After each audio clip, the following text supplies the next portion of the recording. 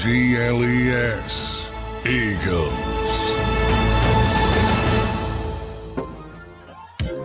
Yeah, baby. Yes. Welcome in Friday Eve, Thursday, November 16th, 105 hours and 15 minutes away from the Eagles and the Chiefs, but who is counting? Welcome in, friends. That's Tone DeShields in for Derek Gunn. I am Rob Ellis hanging with you. Mr. Tone, what's going on? Good, man. You know, it's a little cloudy down here in Texas right now, but I'm still holding it down. I'm still here. I'm still happy. I'm still grateful to be alive, man. Can't ask for anything more. Can't ask for anything less. How about you, man? How you feeling today? Good, man. No complaints. Above ground, right? That's good to me. What's up, everybody? What's up, Kevin? MC, it's Joe Ho, Jim G, James, MC, Rosie, Twiz, and Ball. What's going on, guys? Kevin, what's up? Hope everybody's doing well. If I missed you, sorry. Fast and furious, like I always say. So just keep throwing them my way, man. Hope you guys are good. Hope you guys are good. Yes, Men in Black today. Yes. I don't know. I guess I'm Tommy Lee Jones. I don't know. But anyway, we're rolling. You seen Pulp Fiction, right? Oh, love Pulp Fiction. You know, you're my John Travolta. I'm your Samuel. That's right. I'm Vincent. Vincent Vega. I think it's. What was Samuel's name in that movie? As a matter of fact, that is my favorite Samuel L. There's so many good roles by him, and it's hard to really choose one. But I got to tell you, that's my number one. Jules Winfield, my man. Jules Winfield. What a name! How can we forget Jules Winfield, man? Jules Winfield and Vincent Vega. Oh my God, the sweet Jerry curl that he was rocking, man, it was unbelievable, man. So, yeah, welcome in, everybody. Again. What's up? Say what again? Yep.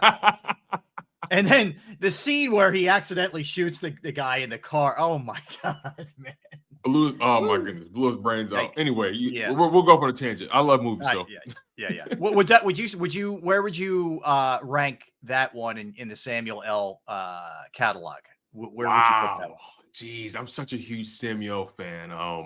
When I think Samuel, you know, I think of, you know, The Negotiator, and then, you know, I'll think about Pulp Fiction.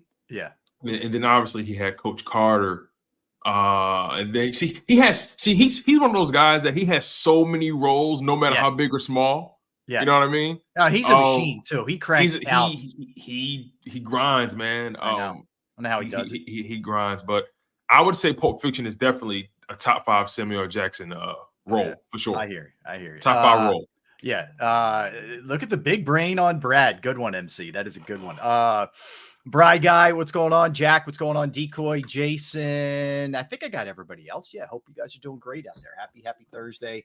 One and all, friends. One and all. All right. So, man, so much to get to with the Eagles. We're going to play the advantage, disadvantage. We are going to look at, you know, when it comes down to the Chiefs, each of the key positions, whether it's individually or whether it's group positions.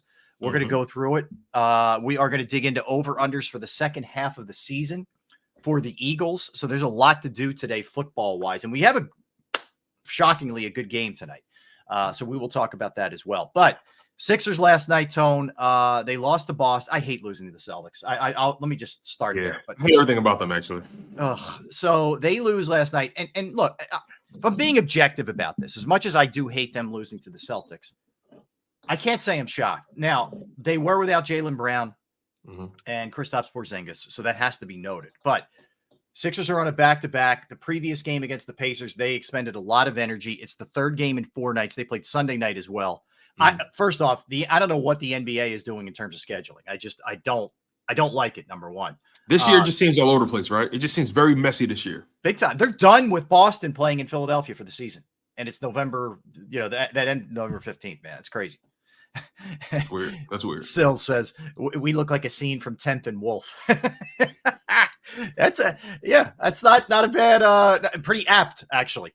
So they lose last night to the Celtics in a game. And again, it's I said this to you during the pre-show meeting and tell me how you feel. We'll get more into the Sixers in a second. But it feels like if they don't get like really good efforts out of Embiid and Maxey, they don't have much of a chance. Like those guys can't just be good. They have to be close to great or very, very good. And let's just say it for both of them last night they were eh. They were eh. What do you think? No, I'm with you on that. Here's the thing. It's unfortunate that they can't even come into a game and say, you know what, I can trust the guys behind me to, to carry the weight if I can't do it, right? This is a team sport at the end of the day. And when you really can depend on, your depth guys to really kind of take the load off when your star doesn't necessarily have it in full that day, you're going to be in bad situations 9 times out of 10. Right now in the season, Embiid's averaging 32 points. Maxey's averaging almost 28 points. Embiid double-digit rebounds. Maxey averaging nearly 7 assists, 5 rebounds. They're doing everything they possibly can to keep this team as competitive as possible. They're playing high minutes. Maxey averaging 30 minutes a game. Embiid, or you even got Tobias Harris averaging almost 20 points a game, 36 and a half minutes a game, nearly 7 boards. Those 3 guys are doing their absolute best to be as productive as possible. As of right now, Tobias Harris's production is perfect for his role as a number 3. When you have Embiid and Maxey doing what they're doing, but outside of those guys, they have almost no consistent presence coming off the bench.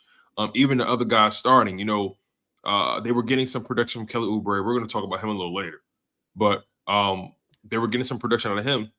Now he's gone for God knows how long. Nicholas Batum out for personal reasons. D'Anthony Melton, very inconsistent. Paul Reed, he gives you a lot of effort off the bench. We still don't know what his ceiling is. I liked his game last night. I liked the way he played last night. Right. Yeah. We still don't know what's Paul Reed's ceiling quite yet. But outside of that, I mean, this bench seems almost inept. They seem like they can't necessarily get the ball in the hoop. These guys have just kind of been liabilities, to be quite honest with you. And it's not sustainable for guys like Joel Embiid and Tyrese Maxey to drop 30, 35 every single night. Let's just do some math here, right? If let's just say in a perfect world, Embiid gives you 30, Maxey gives you 30, Tobias gives you 20. That's 80 points. Yeah. You need about 115, 120 points to win, to win most games. Where are they getting that additional 35, 40, 45 points from? That's the issue. I mean, you look at last night. I mean, I thought, again, B-Ball Paul played well for them, and they actually got a nice effort out of Springer off the bench. But here's the problem, Tone. Marcus Morris, Daniel House, Pat Bev, and Korkmaz 0 for 9, 0 points, 24 minutes. I mean, and I know it's not any of their games really to come in and give you, go crazy, but can't give you 10 between the 4 of them or 12 points. Come on. Yeah. And that could be the difference in the game. They lose 117, 107. So they those guys, my point is those guys need some help. Like it shouldn't be that dire. Those guys shouldn't have to drop 35 every single game for you to win. And we'll get more into it later. But you mentioned something. This Kelly Oubre thing is getting weird, man.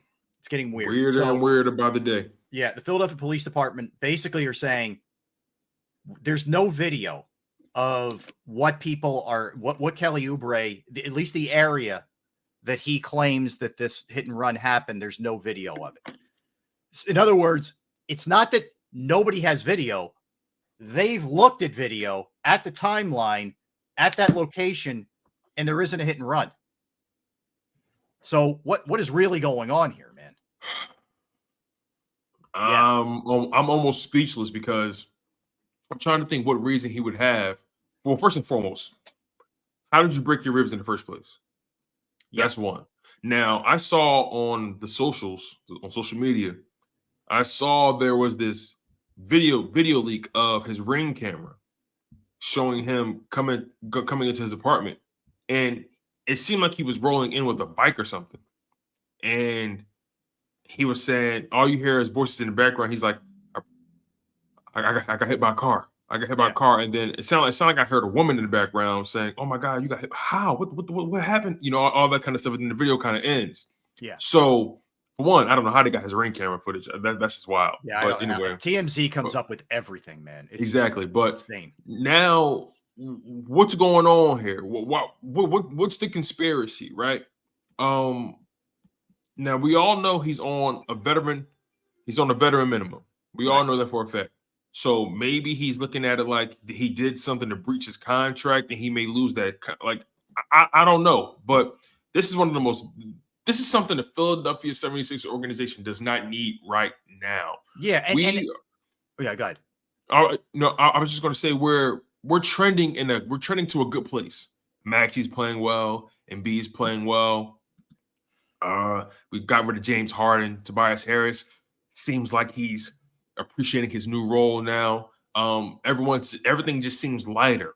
Now there's this cloud of did or did not Kelly Oubre get hit by a car? You know, was there or was there not a hit and run? Yeah. This is insane. So I think there's two things to keep in mind. One, in fairness, let's let it play out and let's see.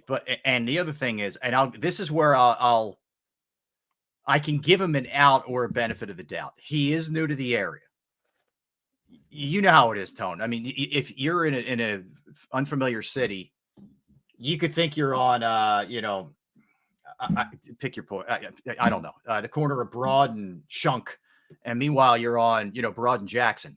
I'm just saying. No, you're right. Listen, I just moved to Texas, and I'm still figuring out street names. If something happened to me on whatever street, I would have to pull out my phone and figure out where I was. Same. But and especially if you're shook up too, like you could just be like, I was on the, and you could be thrown off. So all I'm saying is, let's see. I will say this: it doesn't look good right now because if he did lie to the police, that's really bad. If he did tell the Sixers something happened that didn't happen, that's really bad. I will give Nick Nurse credit. I thought he handled it perfectly last night. He was asked about it, and he said, "Look, I have no reason not to believe Kelly Oubre. If that's what he tells me it happened, then I'm backing my player because I have." That's all he can say. It's a perfect way to handle it for a couple of reasons. One, you're supporting your player.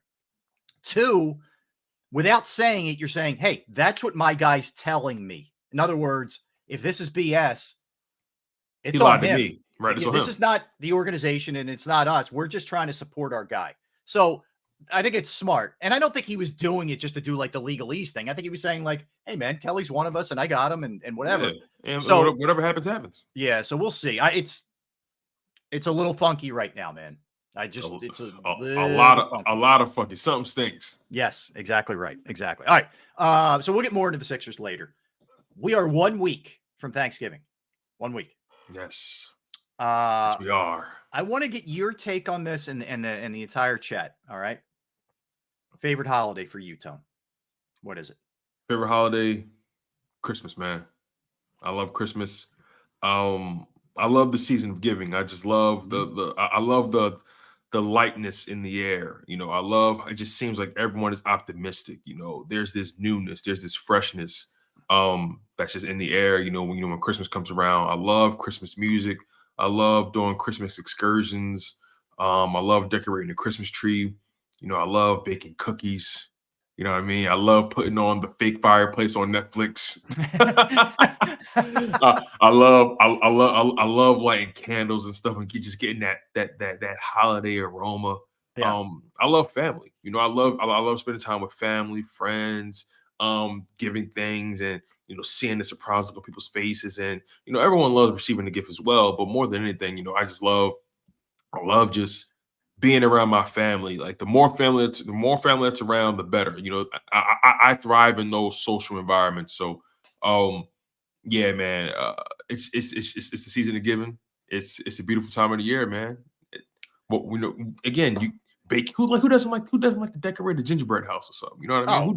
Who doesn't like doing any of those things, man? So yeah. you gotta be a evil mother effer to not to not even be able to enjoy the and just enjoy the lightness of the season. You know what I mean? Even if you don't celebrate the Christmas, good tidings. it's just a good vibe all the way around. Okay. We got some good ones so far. Eagles fan, Cinco de Mayo and 420. Gee, I wonder what's going on those days. Eagles fan. Yeah. Those Nice. Eagles fan. One of those is a great choice. I'm not going to tell you guys which one. One of those is a great choice, and I'll let you guys figure it out from there. I would say for me, it's fine. It's also Chris. Since I was a kid, I've loved Christmas. Like, I almost feel like Thanksgiving is sort of like the appetizer for Christmas. And I get not everybody celebrates Christmas. So if you don't, I understand that too. So, but for me, it is Christmas all day because it same thing. Like it just means family. And I know everybody goes, so you would like getting gifts. I don't hate that part of it, but it's more of the family thing, the traditions that go along with it. The fireplace, it just has. There's a very special feel to Christmas for me that no other holiday even comes close to, quite frankly. Like, some holidays, like Halloween is so much fun and it's geared towards kids, and that's awesome. You know, when you have little kids or you're a little kid, it's great. With Halloween, I like Thanksgiving. I don't love it. It's okay. Other than that, there's you celebrate things like Memorial Day or Labor Day or Easter, and they're all great. But there's really nothing that compares to Christmas for me personally. Yeah, Rob, I love corny ass cheesy Christmas movies. I'm all about watching the Hallmark movies. Netflix always drops a new slate of Christmas movies every single year. All the different streaming services, all the networks always just spit out all their Christmas specials and corny Christmas movies. And I love them because there's never a bad ending. Yes. Everybody gets what they want in the end. The guy gets the girl, the girl gets the guy, the kid gets his wish, the little girl gets her wish. Daddy always makes it home for Christmas. Mom always makes her famous famous cookies and everything. The deal always goes through. You know what I mean? They always save the struggling small town in the middle of nowhere. You know, it's just always a great ending. Everybody gets what they want in the end, man. The little girl gets a stepmom that she always wanted. You know, it's just always positivity, man. How can you not like it? I feel you. Look, I'm with you, man. And I agree with Mario, by the way. Die Hard on Christmas Eve is a family tradition. I agree, dude. I love Die Hard. I love that movie, man. I'm serious. And look, there's a lot. That's the other part of it. The Christmas movies, nothing compares. Nothing compares. I love Christmas Vacation. I agree. National Lampoon is my favorite Christmas movie of all time. Chevy Chase is a goat in that, man. And there's Home Alone. You can't ever go wrong with Home Alone. You know, there's just so many. Christmas Charlie Brown, absolutely, 100%, man. I'm with you guys. There isn't the same. Like, what are the? I don't. There might be. Are there Thanksgiving? Planes, Trains, and Automobiles, I think, is a Thanksgiving movie, which is great. There's a new Thanksgiving horror movie coming out that I want to see. Okay. But other than that, I don't really know of any Thanksgiving movies. That's I don't really know too many. Yeah. Christmas is more so the sweet spot for people. You know, they're already running. TNT is already running A Christmas Story.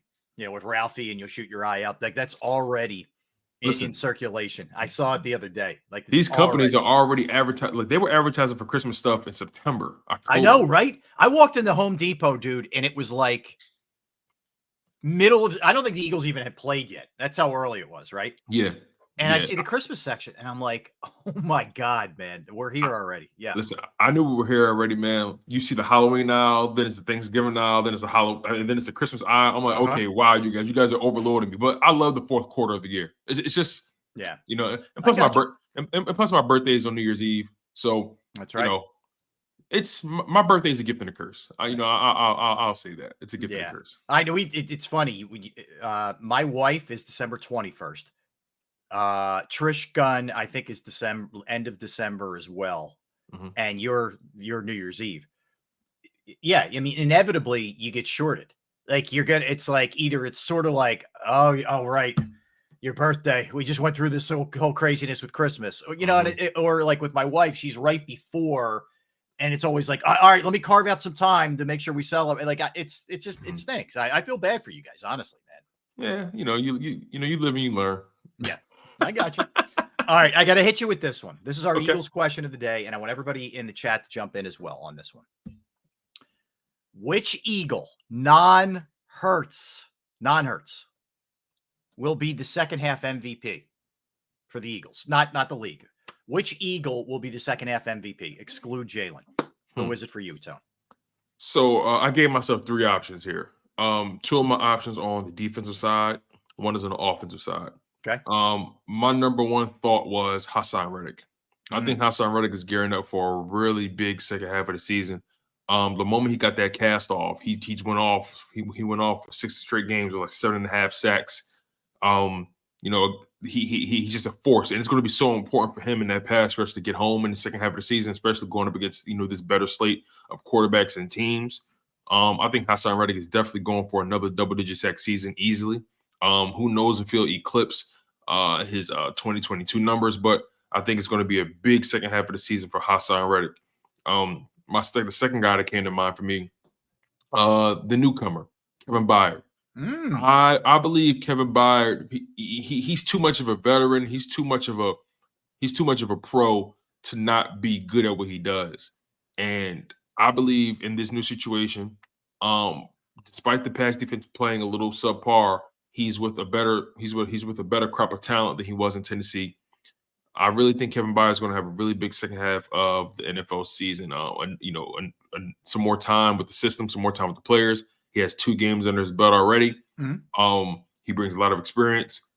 It's kind of hard to bet against a guy like that who's a former All-Pro, former Pro Bowler, a true leader on the back end. I have no doubt in my mind that he spent a lot of his time making sure that he has his system down packed, and from front side to back side. So I think Kevin Byard is going to be a big contributor in the second half of the season. And then my third guy, Devontae Smith. With Dallas Goedert being out, it's a big opportunity for Devontae Smith to get back on track and pretty much pick up where he left off from last season. Again, that's not saying he's had a bad first half at all. He's had a very, very productive first half of the season. Big catches, big touchdowns, has shown up damn near in every game. I just think this is a huge opportunity for him in the second half of the season. I'm kind of comparing it to what he did last year in the second half after Dallas Goedert got hurt. He turned up big time. His targets shot up. His reception shot up. His yardage shot up. Touchdown production shot up. So I think this is going to be a big second half for Devontae Smith. What about you? Okay. Byard is an interesting out of the box choice for me. I think it's interesting. I think it's interesting. I'm really curious to see what he looks like now that he's really got his feet wet and should know the system. And then he and Blankenship can work off of each other. I really am excited to see what that's going to look like. To me, it's a 2-horse race. It's Reddick and it's AJ Brown. I mean, that's a 2-horse race. Brown could get over 2,000 yards. We'll get into that later. Reddick could be, right around where he was last year in terms of sacks. And he is such a game wrecker in terms of the strip sack, being around the ball. And this is a team that so badly needs takeaways. They have not been a good takeaway team. So I'm going to go with Hassan Reddick because I think he's going to go off. I think in this game coming Monday, Tone, I think this defensive line, quite frankly, goes into this game very pissed off because they didn't get any sacks last year in the Super Bowl. And we could talk about the surface and the field and all that, and I think it's real.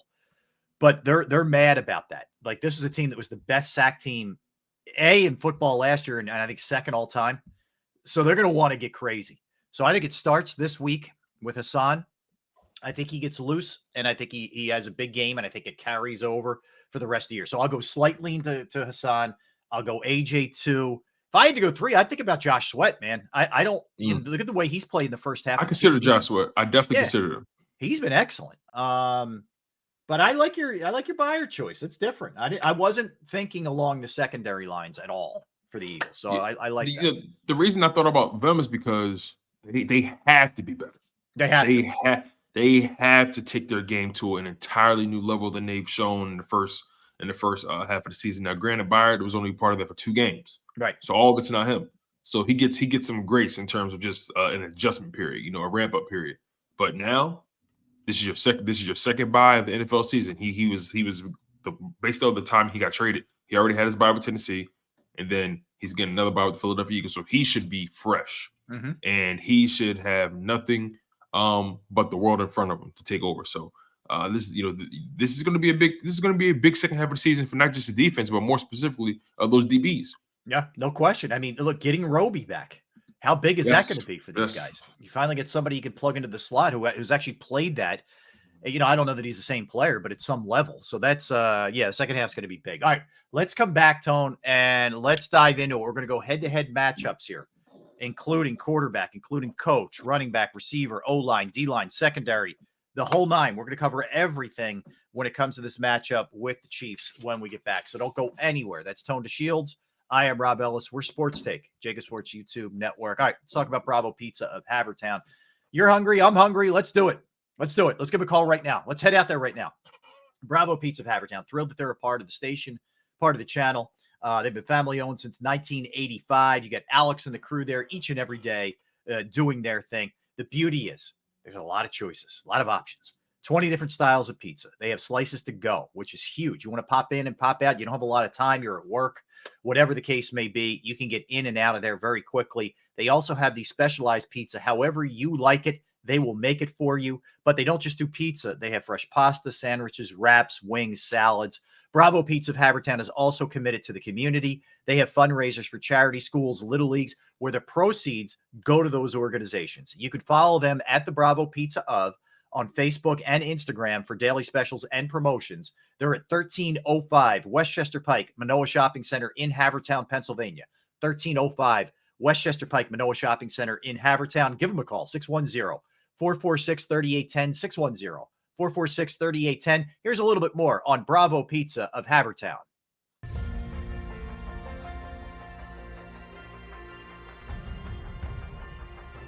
I remember getting my heart broken when they lost the Super Bowl in 2004. We're big Eagles fans. We moved to South Philly because of the Eagles.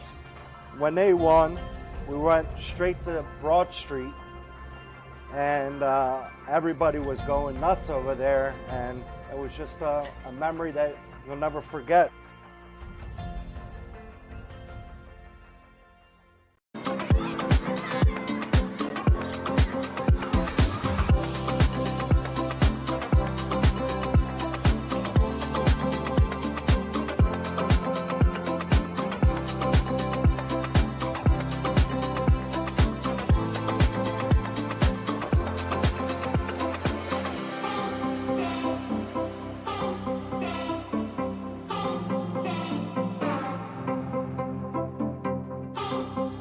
If you own a company and you're not producing a podcast, you're missing out. The public consumes messaging when they're ready. Join the professional podcast network of companies and let JAKIB Media Partners put you in the podcast arena. Come to our professional studio, or we'll come to your place of business and professionally produce your company podcast. Call JAKIB Media right now at 267-261-3428. 267-261-3428. My name is Dr. Bruce Grossinger, and I'm the medical director of Philadelphia PRP and Stem Cell Institute. I'm reaching out to those who suffer from spine and joint pain. We use treatment methods that require no surgery, no scalpel, no drugs. Running, walking, or whatever your desires are, Dr. Grossinger is where you need to come. You can benefit from the same PRP and stem cell treatment as Wilbert Montgomery. Call us now at 610-222-5675. We're here to show you a better way to spend your state income taxes and get the money to where it's needed the most, to the thousands of qualified kids. What we like about Blocks is they really know where the need is. This program ensures that their dollars come 100% into these kids for their tuition assistance. If you are able, Blocks makes the EITC piece go very quickly and very smoothly. Turn your PA state tax liability into need-based scholarships and receive a 90% tax credit. Underdog Fantasy has a way for you to play alongside your favorite football team all season long with their Fantasy Pick'em game. You pick between 2 to 5 players, select whether they'll go higher or lower on one of their stats, then do what you usually do on a Sunday, watch the games. You can win up to 20 times your money in a single game by going 5 for 5. It's a fantasy game, and the sports betting show wants you to get involved. Go to UnderdogFantasy.com. When you sign up, use the promo code WIN, and Underdog will double your first deposit up to $100. That's UnderdogFantasy.com. Use the promo code WIN.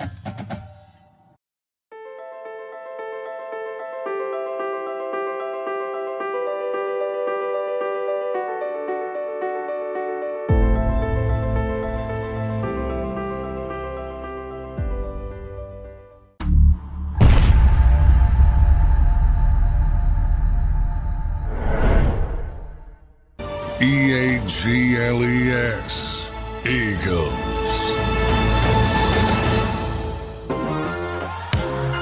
We're back. Appreciate you hanging with us, making us a part of your day. We are Sports Take, JAKIB Sports YouTube Network. That's Tone. I'm Rob. Hey, Tone, can we throw up Gunner's GoFundMe, please? I should have told you. Sure. This break. My Sure bad. can. And, Sure we can. can pin it in the chat too. I'd appreciate it. So folks who may not know, Derek and his wife Trish have gone through some medical issues, and she's on the road to recovery. But it's going to be a long road and a winding one. And anything you could do to help, there's a GoFundMe page. Tone's going to pin it in the chat section to make it easy access for you guys. But if you're just simply listening to us, you can go to Derek's Facebook page and connect there as well. It's support Pastor Trish, Trish, and Derek Gunn. We're up to $32,000 right now, which is excellent. We're trying to get to the goal of 50.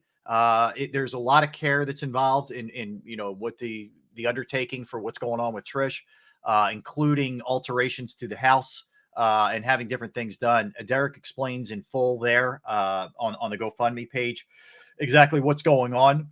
So you can check that out as well in his own words. But anything you do is help, and if you just want to throw a prayer up there or just have a good thought. It's really all we can ask. So appreciate everybody who has already contributed. And if you're considering, thank you in advance. Appreciate it. All right. Thanks, Tom. Appreciate you throwing that up there, Yes, man. sir. We appreciate you, D-Gun. We love you, D-Gun. Yeah. And listen, like Rob said, man, any love, any prayers, any sort of, funds that you can provide, to help them get to their goal is always appreciated no matter what, no matter how big, no matter how small. So we appreciate you guys as always. Yeah. Derek's in good spirits. I try not to pester him every single day, but I talk to him enough that I get updates on what's going on, and things are moving in a positive direction. It's just going to take a while. This is not going to be a quick fix. So that's kind of where we're at this point. But again, appreciate everybody. All right. So a couple other things, Tone. Let's look at this matchup wise. Okay.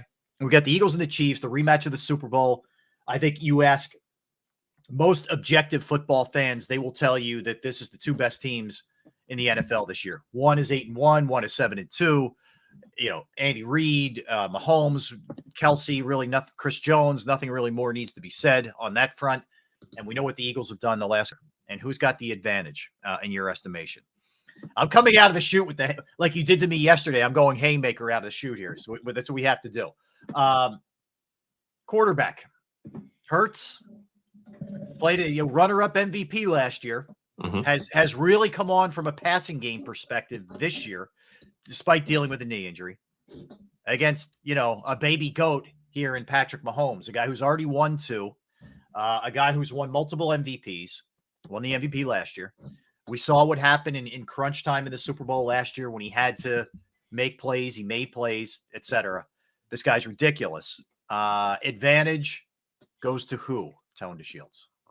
Well, I mean, you had to go with the baby goat and Patrick Mahomes because he's the best at what he does. I don't put anyone above him at this point in his career. Just how, when Tom Brady had his run, it was hard to put anybody above him.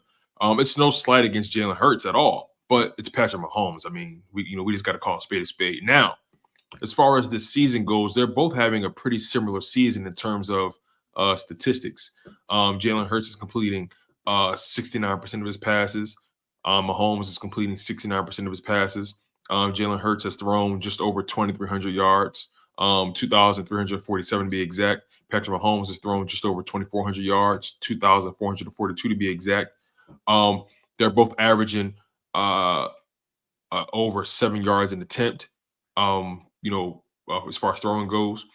They're both Hurts is averaging 260 yards per game in the air. Mahomes is averaging 271 in the air. Hurts has 15 passing touchdowns. Mahomes has 17. They both have 8 interceptions. So they're both having pretty comparable seasons. They both have similar passer ratings of 97 on the season. Mahomes is 96.7 to be exact, and Hurts is 97.0 on the dot. So they're both having similar statistical seasons. Now, the wild card is Jalen Hurts' rush ability. Now, they both have a pretty good amount of yards on the ground. Mahomes is running the ball a lot this year, 42 attempts on the ground to Jalen Hurts' 88. But Jalen Hurts has 316 yards. Mahomes has 258. Mahomes is averaging more yards per attempt with 6 yards per rush. Hurts is averaging 3.6 yards per rush. Hurts has 7 rushing touchdowns. Mahomes has none. So, and also they both fumbled the ball. So they're both having pretty similar seasons, but Jalen Hurts does have more total touchdowns at the end of the day. Hurts has 22 total touchdowns on the season. Mahomes just has 17. That's the reality. So again, they're both having tremendous seasons. They're both MVP candidates. When I say Patrick Mahomes, I take nothing away from Jalen Hurts. It's just the reality is Patrick Mahomes is the more refined, the more talented quarterback. That's just what it is. Right. Like if we're having this discussion about maybe 30 other quarterbacks, I'm going Jalen Hurts here. This is no knock on Jalen Hurts, but at all until you, so to speak, dethrone Patrick Mahomes, it's Patrick Mahomes. That's why I say even you're up 3 touchdowns with 2 minutes left. I still don't feel comfortable against this guy. He's a freak. He figures out ways to win football games, and he can hurt you so many different ways. He's great off schedule. He'll throw the sidearm pass. He'll throw a great deep ball. He's being asked to do it with a weak receiving core, a very weak receiving core in my estimation. Great tight end. Yeah. And also, Hurts hasn't beat him yet. He's 0-2 against Mahomes in his career. So exactly right. Mahomes has the edge. Yeah, this one's Mahomes, and that's okay because Hurts isn't far off. And if you're comparing your quarterback and saying he's not far off from Patrick Mahomes, you're in pretty good shape with your quarterback. So. But no, that one would go to Mahomes. All right, let's go running back. DeAndre Swift, Isaiah Pacheco are kind of the ones for both of these teams. Pacheco had a good Super Bowl, if you remember, against the Eagles. He's had a solid, good player. I'll tell you what I really appreciate about him. That dude runs hard. Yes, he runs very hard. Fearless cat, man. When it comes to contact, he will. I don't know what you do anymore. You stick your head down now, you get a flag, but you know what I mean. This dude is not afraid to take somebody on. So I appreciate his game. But all right, who's got the advantage there? This is interesting because I feel like they're both having extremely similar seasons. They both play the position similarly. I think you are right. I think Pacheco does run a bit harder. He's a bit more of a physical runner. But I would definitely have to give the edge to DeAndre Swift. I believe he's more of a threat in the passing game. And again, the Chiefs are using Pacheco in the passing game as well. Their stats are similar, but Swift has more rushing yards. He has slightly more attempts. They both have 3 rushing touchdowns on the ground. And they both have, if I'm not mistaken, let me make sure I got this right. They both have 1 receiving touchdown, and they both have similar receiving yards on the season. But I'm going to give the edge to my guy DeAndre Swift. I think he's a bit more elusive, whereas though Pacheco has a bit more power in what he runs. So it's all about your style, really. But I just think that I'm going to give the edge to DeAndre Swift. That's how I'm rocking. He's had some bigger games on the season compared to Isaiah Pacheco. I think Isaiah Pacheco's biggest game of the season, he had 150 yards over 20 carries, his lone 100-yard game on the season. And then when I think about DeAndre Swift and what he's done, I mean, he has, make sure I got this right here, he has 175 rushing yard game, 130-yard rushing game. He has some bigger games throughout the season. So I'm going to give the edge to DeAndre Swift.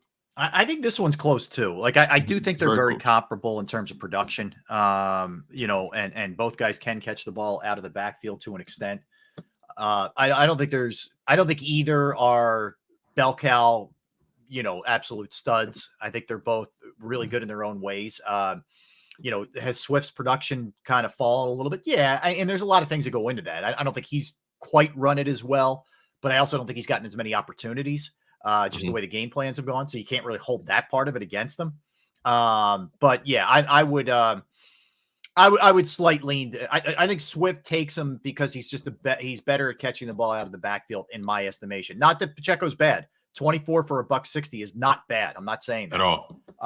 But I will. Yeah, I'm going slightly Swift. I think this one is pretty close to a toss up. Yeah, it's a push. Yeah. Yeah. And if I'm looking at it real quick, Eagles are the best rushing team, best rushing defense in football. I think they will nullify a lot of. That's a good combo by you. That's a good pull by you because that has to get factored in the game. Who has the edge in the game? And when you think about that notion of it, you got to give the edge to Swift. The Eagles' run defense is just too stout, and I don't think Pacheco is going to be able to really do much against it. Yep. So there's a couple of these that are no-brainers. Okay, this is one of them, in my opinion. Eagles receivers versus the Chiefs receivers. Is water wet? But yeah, you got to go Eagles receivers. It's not even a question, man. Let's just be totally frank about this. AJ Brown has more receiving yards than I think that whole crew, right? He not the whole crew. Well, close to the whole crew. But as far as the actually, no. You know what? I think you're actually right because I was looking at Travis Kelce's numbers too. Yeah, take Kelce out, just the wideouts. Yeah. If we're gonna let's really be accurate about this. We're gonna make sure we give people their actual credit here. All right. On the season, AJ Brown has 1,000 yards, 1,005 yards, but 1,000 yards, right? Yep. So Rashee Rice, 378 yards, plus Justin Watson's 276. Yep. Plus Marquez Valdez-Scantlin's 249. Sky Moore 201. But just those three guys, right? All right. Yeah. I mean, Kadarius Toney, some of that was 903 yards between three guys. Right. Yeah. AJ Brown has more receiving yards than three of their top targets. Yeah. Yeah. That's exactly. And we're not even bringing Devontae into this thing. You know right. what I mean? So it's, now, if you want to, we can do that because Devontae Smith, he got 533 on the season. So 1,005 yards plus 533. Math is fundamental. You guys, I got the calculator right here. That's 1,500. I see you using your toes and your finger. I see it. That's 1,000.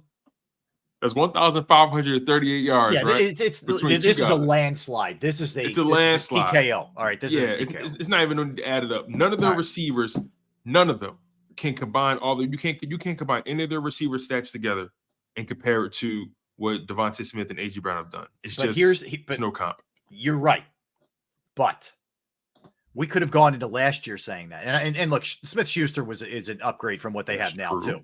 But those guys did damage in the Super Bowl, man. And this is where you got to take into account, like where I gave the Eagles run defense credit, their pass defense is bad. So I will still give the Eagles Pat Mahomes can make mediocre receivers look good. I know. I'm saying the Eagles still get the advantage, no doubt. But I'm just saying, just because these guys aren't great doesn't mean Patrick Mahomes can't make them look pretty good against this secondary. That's all I'm saying. No, I hear you, but let's keep in mind we've already accounted for Mahomes already in this topic, right? We're looking at these guys in a vacuum, and the reality is in the vacuum, those guys are dusty. They're not able to run with AJ Brown or Devontae Smith. It's just that simple, man. All right, as much as that was a landslide, so is this one the other way. Yeah. Without Goddard, come on. No man. Conversation. It's Chiefs. It's Kelce all day. Travis Kelce. It's even with Goddard, you still got to give the edge to Kelce. Without a doubt. All right, so let's move on then. Offensive line. The Chiefs' offensive line is better, but it's not the Eagles' offensive line, in my opinion. So this to me is Eagles' O-line. They win this one. Where do you fall on this one? Yeah, I have to give the edge to the Eagles' offensive line as well. That's not saying the Chiefs have a bad offensive line, but I just believe that, if you go player for player, I think Jordan Mailata is better than Donovan Smith on the Chiefs. Joe Thuney Yeah. It's a push between him and Landon Dickerson. It's a push. Joe Thuney is a very good guard, very, very good guard. So it's a push between him and Landon Dickerson. They're pretty comparable. Creed Humphrey versus Jason Kelsey. Now Creed Humphrey is younger, right? But I think their talent is pretty much on par with each other. Yeah, Creed Humphrey's very good. Creed Humphrey is Creed Humphrey's a top 3 center in this NFL, if you ask me. At right guard, that's where things get interesting because Cam Jurgens, what's he going to be coming back into the lineup? The practice window, remember, Tone, it opened up before the bye. So they bought him an extra 2 weeks. Exactly. Remember that. So he, barring a setback, I think he's good for Sunday. They practiced a little later today, like 2:30 today. So we'll have a better idea tomorrow on the show. Yeah. And Trey Smith, he isn't having a terrible season at all. He hasn't given up any sacks this year thus far. He's having a pretty good season. Yeah. I may give the edge to Trey Smith in this regard. Just because he's played, he's been healthy the entire time. He hasn't given up any sacks. He has a PFF grade of 69.5, almost 70, which is pretty good. So pretty good for the position. So I'm going to give the edge to Trey Smith there. But then right tackle, I'm definitely giving the edge to Lane Johnson. Whoever you want to bring up, I'm going Lane Johnson every single time. Absolutely. So I just think the Eagles have the edge overall. But I think it's a push at left guard and at center. Yeah, Eagles, but not by a landslide in that one. Yeah, Eagles, but not by a landslide. And also, you can make an argument the Eagles' offensive line hasn't necessarily played up to their standards. I agree with that. Not saying they have fallen off, and not saying they're not playing well. There's room for improvement. There is a ceiling that they have that they're not necessarily playing at, and it's hard. I think we need to take into account a little bit, man. Is like, these guys are your play's going to diminish a little bit. You got Kelsey 35-ish, Lane 33-ish. There's going to be a little bit of a dip. I don't think there's been a huge dip. Don't get me wrong. I'm not going there, but yeah, the reality is their ceiling is high, and they haven't necessarily scratched it. And we get so bent out of shape because their ceiling is higher. Their ceiling is higher than everyone else's. Yes, correct. All right. So a couple other things. Let's go D-line. I really think this is a push. I really do. If you look at the Chiefs with Chris Jones and the other guy that doesn't get talked about, and I get it, Chris Jones gets a lot of the hype, as he should, on that D-line, is Mike Dana. Mike Dana's got 5.5 sacks. He's off to a really good start for them. You combine those two guys, one in the interior, Dana's on the outside for them. Really good. I'll tell you, that D line could be a problem. Could be a problem here for the Eagles offensive line. But I think this one is very, very close. Maybe slight edge Eagles as a complete D line because of the interior and the edge guys. The Eagles are 4th in sacks in the league. So they're a team that still, despite what some people may think, they still get after the quarterback at a really high level. And if you look at I gave you these stats yesterday real quick. Let me just give you those again. Because I think the second half of the season, there's going to be a ton of sacks coming for this team. I really do. So the Eagles, in terms of like pressures and all those kind of things, so the Eagles are tied for 4th with 30 sacks, defensive line. They have 112 pressures and 41 hurries. That's 1st in the entire NFL. They're 3rd. They have 34 QB knockdowns, which is 4th. I think like the dam is about to burst in terms of the pass rush. My opinion. It has to. This is going to be a big second half of the season for these guys, man. When I'm looking at both offensive lines know how to get to the quarterback. That goes without saying. George Karlaftis is having an amazing season. Mike Dana is having an amazing season. They both have 6 sacks, respectively. On top of that, Chris Jones is doing his thing. Can't deny that at all. I think he has 7.5 or 6.5 sacks on the season, if I'm not mistaken. But here's the caveat here, right? Both teams can get at the quarterback, can get to the quarterback at an elite level, but the stark difference between the two is run defense.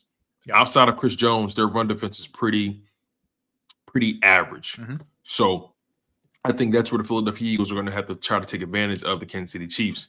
I think they need to deploy a similar game plan as they did against the Dallas Cowboys. They need to have a balanced attack.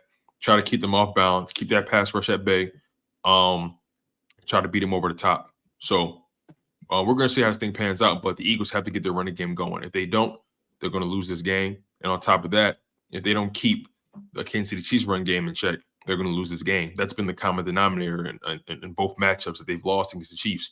They've allowed the Chiefs to run all over them, and the Eagles haven't really taken advantage of their own running game. So I think that's going to be the story of the matchup. Whoever has more rushing yards and gives up the least amount of rushing yards wins the game. Mm-hmm. Absolutely. All right, so let's jump ahead now to secondary. I think this is the Chiefs all day. Yeah. Chiefs young players have really improved, and the Eagles, we're in like hope mode, Tone. That's where we're at. We're in hope mode with the secondary. But tell me what you think. Yeah, here's the reality. Chiefs secondary, they're younger, they're faster, and they're on the up and up. The Eagles secondary, they're older, they're slower, and they're unfortunately on the decline. So when you add those things and when you take all those things in consideration, and on top of that, the Chiefs secondary is just playing better. Although the Eagles secondary has more experience, the other guys are just playing better. You got to give credit where credit's due. The Chiefs have the edge in the secondary without question. Yeah, I would agree. This is what you're going to need in the second half is Bradbury to step his game up, Slay to be a little bit better. As you mentioned earlier, Byard to look like the guy who was a very good player in Tennessee for a long time, and Reed Blankenship just to improve, and Roby. But that's a lot of ifs, and a lot of this has to happen. We'll see. We'll see. There's a lot of room for improvement, and I think that it's possible. I don't think they're going to be good necessarily, but improved, absolutely, that can happen. Yeah, their best corner is Trent McDuffie. He's having an amazing season right now. Yeah. The one they should want to take advantage of is L'Jarius Sneed. Even though as an entire unit they're playing better, he's arguably their weakest starting corner.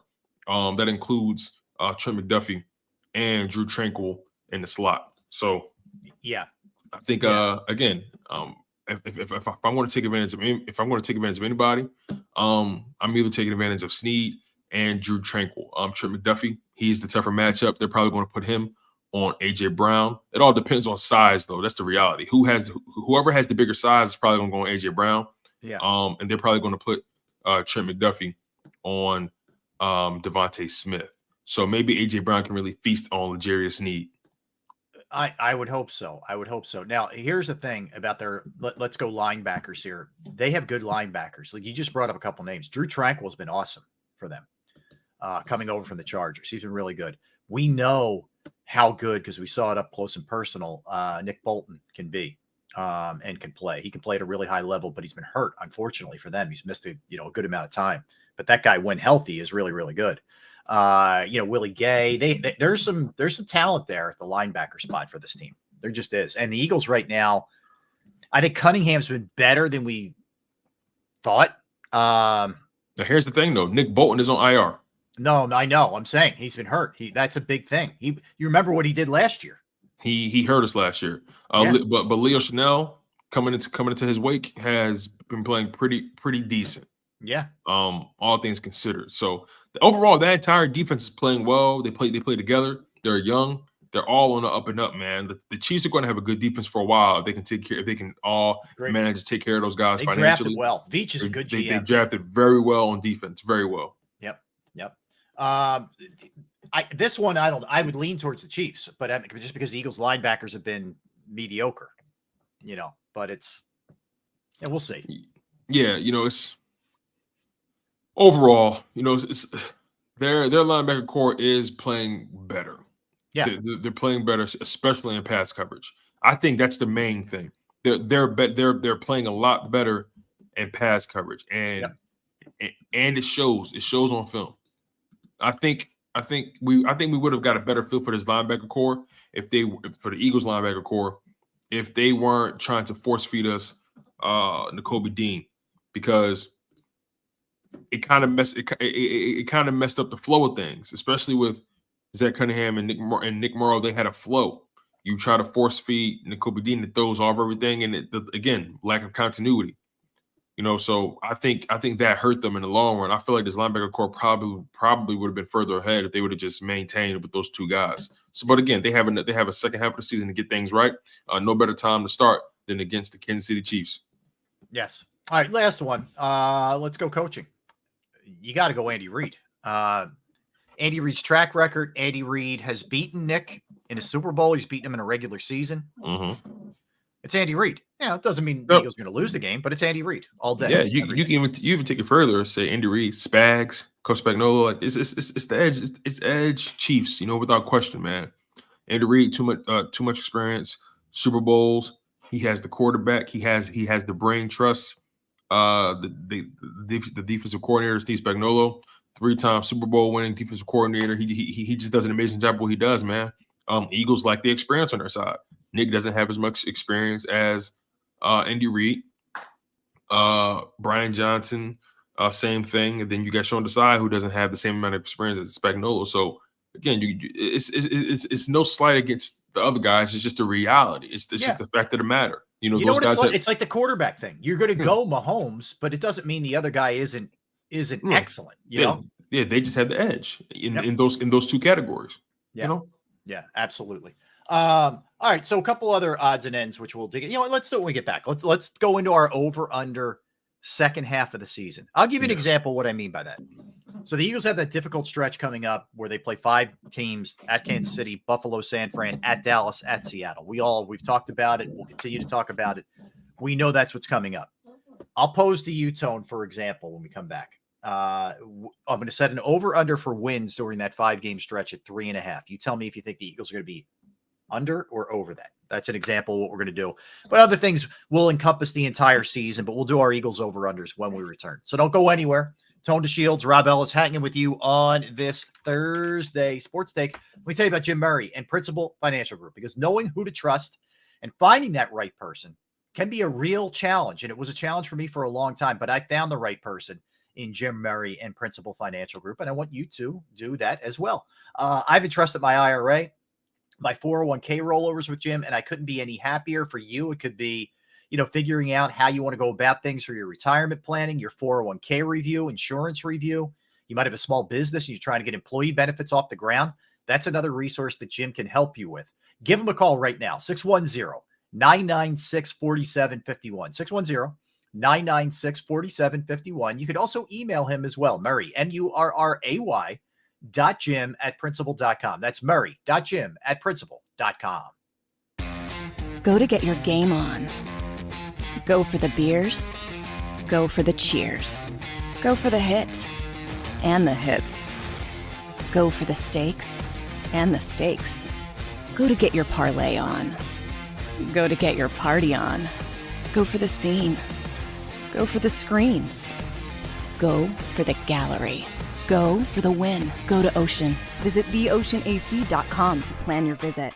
At Pond Lehocky, we've recovered billions of dollars for our clients, and we're confident we can do the same for you. With over 250 years of combined courtroom experience, we've helped over 100,000 injured clients obtain some of the largest settlements in Pennsylvania. One conversation is all it takes to help you and your family get back on track. If you've been injured in an accident, give Pond Lehocky a call.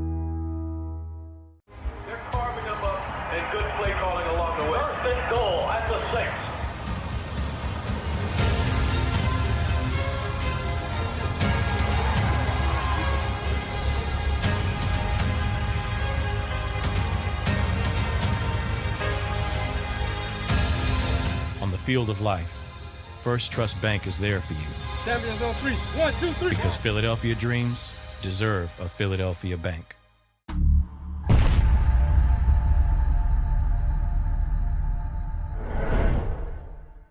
We're here to show you a better way to spend your state income taxes and get the money to where it's needed to most to the thousands of qualified kids. What we like about Blocks is they really know where the need is. This program ensures that their dollars come 100% into these kids for their tuition assistance. If you are able, Blocks makes the EITC piece go very quickly and very smoothly. Turn your PA state tax liability into need-based scholarships and receive a 90% tax credit. Underdog Fantasy has a way for you to play alongside your favorite football team all season long with their fantasy pick'em game. You pick between 2 to 5 players, select whether they'll go higher or lower on one of their stats, then do what you usually do on a Sunday. Watch the games. You can win up to 20 times your money in a single game by going 5 for 5. It's a fantasy game, and the Sports Betting Show wants you to get involved. Go to UnderdogFantasy.com. When you sign up, use the promo code WIN, and Underdog will double your first deposit up to $100. That's UnderdogFantasy.com. Use the promo code WIN.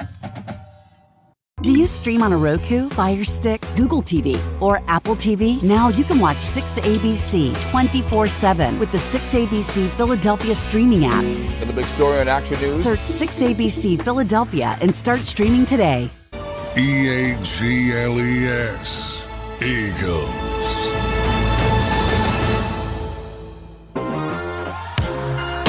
Welcome back in, everybody. Appreciate you hanging out with us. We are Sports Take. If you could hit the like button, my friends, that would be kind of you. He is Tone. I'm Rob on this Thursday. All right, over-unders, Tone, for the second half of the Eagles season. And let's hit it right there with the one that I teased before we went to break. All right, at Chiefs. Buffalo home. Buffalo's been disappointing, no doubt. San Fran, looks like they got their mojo back after they took care of Jacksonville coming off the bye. At Dallas, we know the Eagles beat them here, but it was a sweat kind of game. And then at Seattle, a place that has been a house of horrors for the Eagles, no matter what the circumstance is. So, hard stretch. By far the hardest stretch of anybody in a 5-game period of anybody in the NFL. So, I'm going to set the over-under at 3.5 wins for these 5 games. Where do you fall on this? Oh, man, this is tough because I'm a fan, right? And I always want to say, and I always want to assume they're going to win every game, but they're not. So, in this 5-game stretch, all the teams you mentioned, I think I'm going to take the under. I'm going to say 3 wins, not 2, not 1. I think they're going to go 3-2 over the stretch. What do you think? Okay. I hate to say it. I don't have a good feeling. And I know everybody in the chat's going to lose their minds when I say this. I think they're 2-3, Tone, during this stretch. I think they're 2-3. Yeah. Wow. See. Where is this bad feeling coming from? I'll give it to you. I'm just being honest. So I've gone back and forth from earlier in the season and the off season where I thought the Eagles were going to win this game on Monday. I don't feel that way right now. I think it's a slight lean towards the Chiefs. I think they handle Buffalo. I think Buffalo's a fraud. I think they lose San Fran. Hate to say it. I think they lose at Dallas. And I think they win at Seattle, as weird as that sounds. Now, all that said. Wait, earlier you had them losing at Seattle. I know. I've changed. I had them beating I had them beating Kansas City too. I've changed. It's not you, it's me. No, I think they go 2-3, but 2-3 gets you to 13-4 because I think they win the last 3. 2 Giants games in Arizona. They'll win those if they're trying to win those. That gets you to 13-4. I think that still it's going to be close, but I think that still gets you home field advantage because I know Detroit's schedule is cake. I get it. I think they're going to stumble a couple spots there. One of them tough one could be Minnesota, who's better than people think. Mm-hmm. I think Dallas loses at least 1 more. Dallas already has 3, right? Now, the tough thing is going to be the head-to-head because they will have split with Dallas. So that's going to be interesting to see what happens. But I think ultimately the Eagles lose 2 out of 3. I hope look, man, I hope you and I are sitting here Tuesday and everybody's killing me in the chat. And you too. I hope that's what's going on. I think it's going to be a super close game, but I think the Eagles, I think the Chiefs just nudge them out of there. I do. I'm definitely going to hold you to the fire, man. Yes, please. Especially if they end up going 3-2 over the stretch. Look, the reality is they can lose and or beat any of these teams in this 5-game stretch. I know we want to predict where the win, where the loss is, but you tell me who's healthier, I'll tell you who's likely to win the game. on top of that, you can really sprinkle in who. Again, it can be a crapshoot. It can be a slot machine where the 3 wins come from. You know what I mean? Sure. So, yeah, I'm taking the under with 3 wins. I definitely have them going above 500 over this stretch. Okay. So you're at 3-2. I'm at 2-3. And I think, I think a lot of Eagles fans are 4-1, 5-0. Like I'm seeing a lot of that. This is a really, really difficult stretch. And by the way, like, I think some people also look at it like, all right, if you're 2-3 during this stretch, there's no chance you're going to win in the playoffs. I don't agree with that either. I think you're in a real tough spot in Dallas. It's a revenge game. It's at Dallas. I think that's a really tough spot. I think Kansas City's always tough to play, a place to play. There, you're going against Andy Reid and Patrick Mahomes. I think that's tough. The San Fran game could be a flip game, Tone. And here's what I mean by that. If over the next 2 weeks, San Francisco goes back to sort of looking okay and Brock Purdy's turning the ball over, I might change San Francisco. But if the way they played against Jacksonville looked like the way they started the season before they lost 3 straight. If they continue to play that way, I'll stick with my San Francisco pick. If not, I might change San Fran. Slight chance. With San Fran, here's the thing I like to keep in mind too. It came off a bye week. Sorry, I'm laughing at these guys. You owe us a gritty dance on Tuesday. I will do a gritty. No. Please keep that. Please keep that. All right. I was going to say I would do one if the Eagles won. Nope. But all right. Eagles fans, ask for something else. I don't know. You don't need insult to injury. Yes, I hear you. But that 49ers game, they did beat the Jags, and the Jags are a good team. Don't get it twisted. I'm pretty high on the Jags. Still am. But they came off a bye. They had 2 weeks to prepare for a Jags team. They're not saying the 49ers got away with one, but they came out the gate shooting, and they had 2 weeks to prepare. Now they get back into the full rigors of a season. We'll see who they are, when they come to Lincoln Financial. Mm-hmm. Correct. We will. You're right. And all the whining they did, all the crying, all the other things. Yeah. I mean, that's the kind of stuff that can haunt you when you're that team that's whining.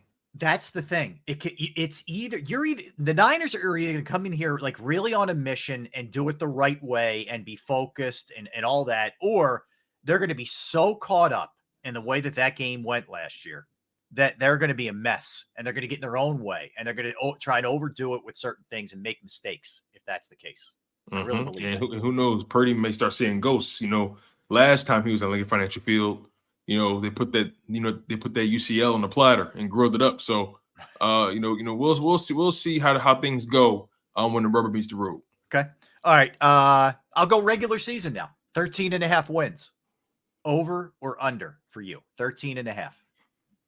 So because I had them going 3-2 over the stretch, I obviously had them beating. I obviously had them winning the final 3 games of the season. So that would mean 6-2. So 6-2 plus their current 8-1 record. By mathematical standards, that's 14-3. Yep. So I guess based off my math and everything I've already predicted and everything that's happened, I had them going 14-3 on the season. So I have the over with them winning 14 games on the season. That's awesome. That's awesome. Which is what they did last year. Right. Yeah, it's exactly what the record was. I have them at 13-4. So I would take the under. Still a reasonable number. I guess you can only get to 13-4 is if they lose 3 games in this stretch, right? So because we definitely don't have them losing any of those final 3 games. No, I mean the only way they would lose any of those 3 in my estimation is if, and this isn't going to be the case, I don't think, is if they had everything locked up and they're playing nobody and they're playing subs, which they're not going to be, but that's the only way that would happen. Exactly. And like you said, just based off of everything that's happened thus far, and with the Cowboys already having 3 losses, the reality is if the Eagles do go 14-3, the Cowboys essentially have to win out, which I don't see happening at all. If the Cowboys even drop 2 games, they're not winning. They're not getting the number 1 seed. Yeah. So, and then you got the Lions, who are a team that's not far behind the Philadelphia Eagles. They've only lost 2 games, but like you said, they got to play the Vikings twice, and they got the Cowboys. I think that final 3-game stretch for them, actually that final 4-game stretch for them, is going to really test them because the Broncos are trending up. Vikings are trending up. Cowboys are who they are, and Vikings again. So Yeah, Vikings are a bit of a wild card. You know, they've to their credit, I mean, what a job they've done. They've won 5 straight. We'll see if they can maintain. I mean, that's good. I wouldn't be surprised if the Lions go 2-2 in the final 4 games of the season. Yeah, same here. Like I think we're sort of we're going a little overboard with the Lions to an extent. I think people are like, oh my God, their schedule's cake. They're going to run the table. I don't buy that. I don't. I see 2 more losses at least mixed in there. I really do. Exactly. I mean, they've had games where they've only put up 20 points against the Falcons and Buccaneers and whatever. So they have so that's 2 games where they've kind of limped against the NFC South. So we'll see if they can do that against the Saints. They're on the road. They got some road games. They got some tough road games coming up. So they do. All right, let's go to. This is the sack total, Tone, I'm going to ask you for the end of the year. What I mean by that is, actually, no, I'm just going to keep it to this half. Sorry. Right now, the Eagles have 30 sacks through 9 games. Okay. Will they have over or under 32.5 for the last 8 games? So I'm asking you if they're going to step their game up slightly, get 2.5 more or less through 1 less game. Having all the background I gave you with the pressures and all that other stuff.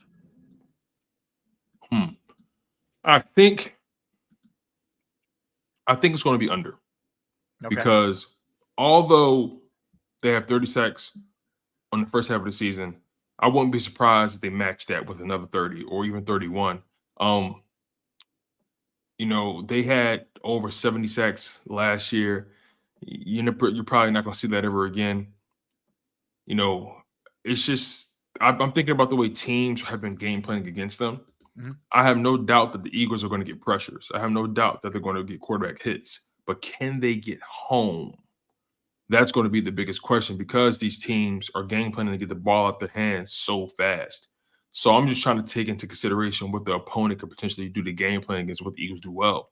So I think it's realistic to say they're going to be on par for what they've done the first half of the season, maybe a tidbit more. So I'm going to take the under. I think in the second half of the season they're going to have about 32 sacks, 31 sacks. Okay. So you go under. I'm going to go over. I'm big on this. They're going to have a big second half sack wise. I think what you're going to see is Reddick continue at the same pace. Sweat continue at the same pace. BG steps it up enough. Mm-hmm. I no reason to believe that Jalen Carter and Jordan Davis can't continue to grow and get you a couple more. I think Fletcher will get you a couple more. That'll be mixed in. You know, I think they're going to get there. I do. I think they're going to have a big total in the second. I'm telling you, man, though that D line is going to be dying to get to the quarterback a couple times in this game Monday night, considering they didn't get any last year on that greasy field. Yeah, I can't argue with that. I mean, you know, look, I want if they get 40 seconds in the second half, I ain't mad at it. You know what I mean? Just a humble prediction, I like to call it. Let's go AJ Brown. And I'm going to ask you this for the end of the season, where he's going to be. All right. You mentioned what's he got? 1,076, I think it is, something like that. 1,005. 1,005, sorry. 1,005 yards right now. By the end of the season, over or under 2,000 yards receiving for AJ? Again, I want to be realistic. I think he's going to have under. I think he's going to float around the 1,800 to 1,900 mark. I don't think he eclipses 2,000. Okay. You know, Devontae Smith's his targets are going to go up, and look, AJ Brown's targets are going to go up as well because of Dallas Goedert being out. So look, I could be totally off because maybe I'm discounting Dallas Goedert being out, but I feel like I'm actually factoring it in. But just from a different perspective, I think Devontae is going to benefit more from it because it's not like AJ Brown wasn't getting a lot of targets when Goedert was out there. So maybe his targets can go up, but I think Devontae's targets will go up even more so rather than AJ Brown. So, but I think AJ Brown is going to definitely hang around that 1,800, 1,900 yard mark. He's going to be just short of 2,000. So I'm going to take the under with that. Okay. I will go under as well. I just think that there's a reason why this doesn't happen in the NFL for 2,000 yards. It just doesn't. It's very rare. He's got less games to be able to do it. I know he got right at the 1,000-yard mark through 9 games, right around it. I just think by nature of the beast and teams game planning, and you're going to have an off day from time to time, I think he comes in like the 1900s. I think he's slightly under. Which and is also an insane season, by the way, but I think he's slightly under. Exactly. It'll be the biggest receiving season for any Eagles wide receiver by a huge margin. Yep. Another thing to keep in mind, if he was to get 2,000 yards, remind you, he's 995 yards short. In order for him to get 2,000 yards on the season exactly, he has to average just above 124 yards a game. It's hard to do every It's game. hard to do. Now, granted, he did it through 6 games, in the first half of the season, right? Yeah. He's shown us that it's possible. Yeah. But through an 8-game stretch, averaging 124 yards a game. That's tough, man. That's tough, man. That's tough. Even if, and maybe he has a 200-yard game and maybe a 99-yard game somewhere, but like it's just going to be so tough to sustain that, to average 124 yards over an 8-game span. It was already tough enough averaging 6 yards over a 6-game span. So I'm just trying to be realistic with this, man. And again, an 1,800-yard, 1,900-yard season is still beautiful. No matter what franchise you play for. Some organizations don't have any kind of wide receiver that gets those kind of numbers, and the Philadelphia Eagles are blessed to be able to have an opportunity to have a guy break records, as far as receptions, break records as far as yards, and you never know, maybe touchdowns. All right, let's go with his running mate here. Let's go Devontae. I'm going to go over under 1,200 yards when all is said and done for him. 1,200 for Devontae. Where is he at right now? He's at Devontae. Yeah, Devontae right now. I have it. He is at 533. So that would get you. It would get you a little under 1,100 right now if but he has one less game to do it in too. It's going to be in 8 games instead of 9. Okay, so 8-game stretch. In order to get 1,200 yards, he needs 667 more yards. So 667 divided by 8. He's going to have to average just over 83 yards a game to get that number. I feel like, again, being realistic. You know what? I'm going to take a shot in the dark. I'll say just over. Just over. Okay. Because last year he had 1,100 yards and some change. I think he gets just over. Just over, maybe like 12-10, 12-15. I'm gonna go out on a limb here because again, I'm saying that I've already written in the stone that his numbers are going to jump dramatically because of Goddard being out. So I'm willing to bet that he scratches 1,200 yards this season. So I'm going to roll with that. I'm going to go out on a limb there, 1,200 yards plus for Devontae Smith. What do you think? I'm still going to go slightly under. I think it's just going to be tough with AJ's production. Now, the one thing I think we should probably take into account is not having Goddard for the next, whatever it is, 5 weeks could mean more production for both of them in terms of attempts, possibly. So that could help both in trying to get over these. I think Devontae's a little bit under. I think he's in the 1,100s. I'm going to go slightly under. And you know what? It's not a blasphemous take. I mean, I even said it myself. I'm going out on a limb here. Yeah. You know what I mean? So yeah. Maybe it's more likely he flirts around the 1,100 mark, which is what he did last year. Last year, to be exact, he had a grand total of 1,196. So he was really 4 yards shy, shy of 1,200. So, again, I'm really banking on him having a huge second half because of Goddard being out. Like I said, I'm willing to go out on the limb and roll those dice. Okay. All right. Defensively, let's hop over there. I want to go interceptions with you. And if you look at what they've done, this has been a major issue for this team and something that has to be better in the second half of the season, generally. Oh, hold on. We skipped Swift. Oh, yeah. We can do Swift now. Let's do Swift. Let's do that.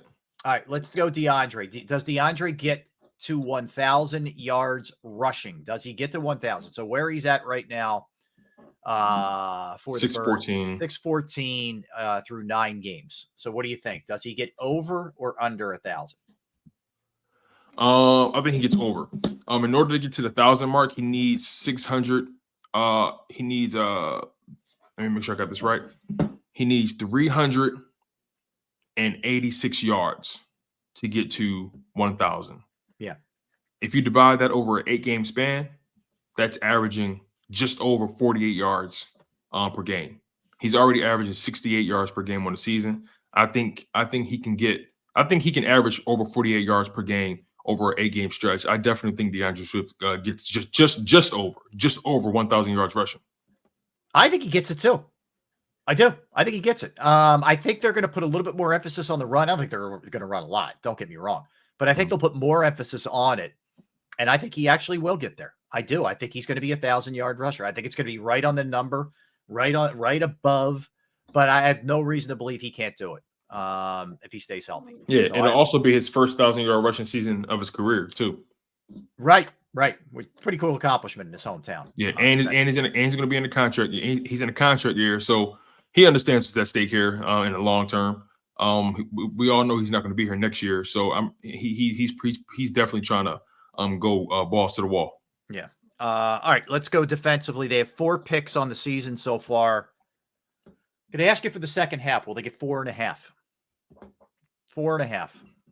That would, give at minimum that get them the 9 interceptions this season as a team. I'm rolling with that. I'm rolling with the over. I'm taking over 4.5. I'm expecting big things from the secondary in the second half of the season. They're going to be going up against quarterbacks that love to throw the ball a lot. Patrick Mahomes, Josh Allen. Who else? Dak Prescott likes to throw the ball a lot. They like to keep Purdy within a certain pitch count, but he has been prone to throw interceptions a lot over the past 4 or 5 weeks. So I'm going to take the over with that. So I think they're going to have maybe 5 interceptions in the second half of the season. I think, and again, me going out on a limb, I think Kevin Byard is going to have 2 of them. Ooh, okay. And well, look, he's got 27 for his career. The guy's been a ball hawk in his career. Yep. I like that. And some of his best games have come against I can't remember where I heard this.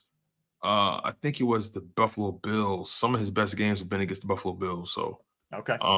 Yeah, I just and we know Josh Allen, he loves throwing them picks. So yeah, I think the Eagles definitely get over 4.5 interceptions on the season. Kevin Byard is going to snag 2 of them. Book it. All right, I'm going to throw this out there as they better get more than 4.5 interceptions. Okay, I mean, it's time to start taking the ball away, boys. I don't care if it's the secondary, the linebackers. Josh Sweat makes a play like he made in Dallas last year. Whatever, man. Yes, I'm going to say yes because I'm going to back them on this and believe it. And I'll tell you, if they're at like 3-tone by the end of the season, it's not a good sign for the second half of the year. I mean, you can book that. They end up with 7 interceptions for the season. That's a bad total. So yeah, man. Let's go. All right, let's go as far as that goes. All right. I want to stay on defense for a minute. Then I want to hit you with the final one. But okay. Hassan Reddick, 14 sacks is where I'm setting the over under. So Hassan right now, you look at after not having one for the first 3 games is at 7.5. So he's coming, man. I mean, he's been, really on a run here for the last couple. Because with sacks, they always count half sacks. Do you want to make it 13.5? Go 13.5. Yeah, I'm sorry. Go 13.5. Okay. Well, you could get a half a sack though. That's you know what? For the same reason I said 13.5, it works both ways. That's a good point. Either way, I like that though. Let's stay at 13.5. Okay. Yeah. I'm going to say over. I'm going to say over, man.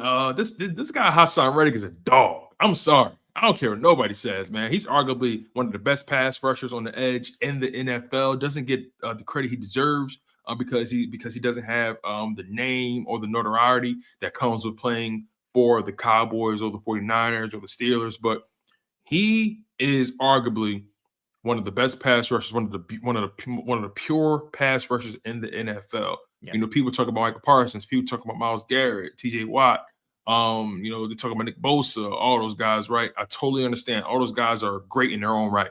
But Hassan Reddick, he gets it done too in the pass rush. He definitely gets it done. Got to give credit where credit is due. On the season right now, where is he as far as stats goes? He has 7.5 on the season right now? Correct. Yep, 7.5. Yeah, 7.5 on the season. So I don't see why my man can't double up. I think he's going to match his totals from last year. Yeah, I mean, to get to this, he needs 6. Like, if we're talking about 13.5, do I think he can get 6 over the next 8 games? Yes. I'm going over, man. He had 16 last year. Yeah. And let's just put things in perspective too, right? Let's look at his game log from the previous season because I want to see how many he had at the 8-1 mark on the season. So when the Eagles were 8-1, he had, let's just look at the math real quick. All right, let's see here. So he had 1, 2, 3, 5, 7.5. Yeah, he's getting there. Wow. He stays healthy. Six, 6.5. Excuse me. He had 6.5. He had 6.5 when they were 8-1 last year. Yeah. 6.5. So he already has 7.5 now.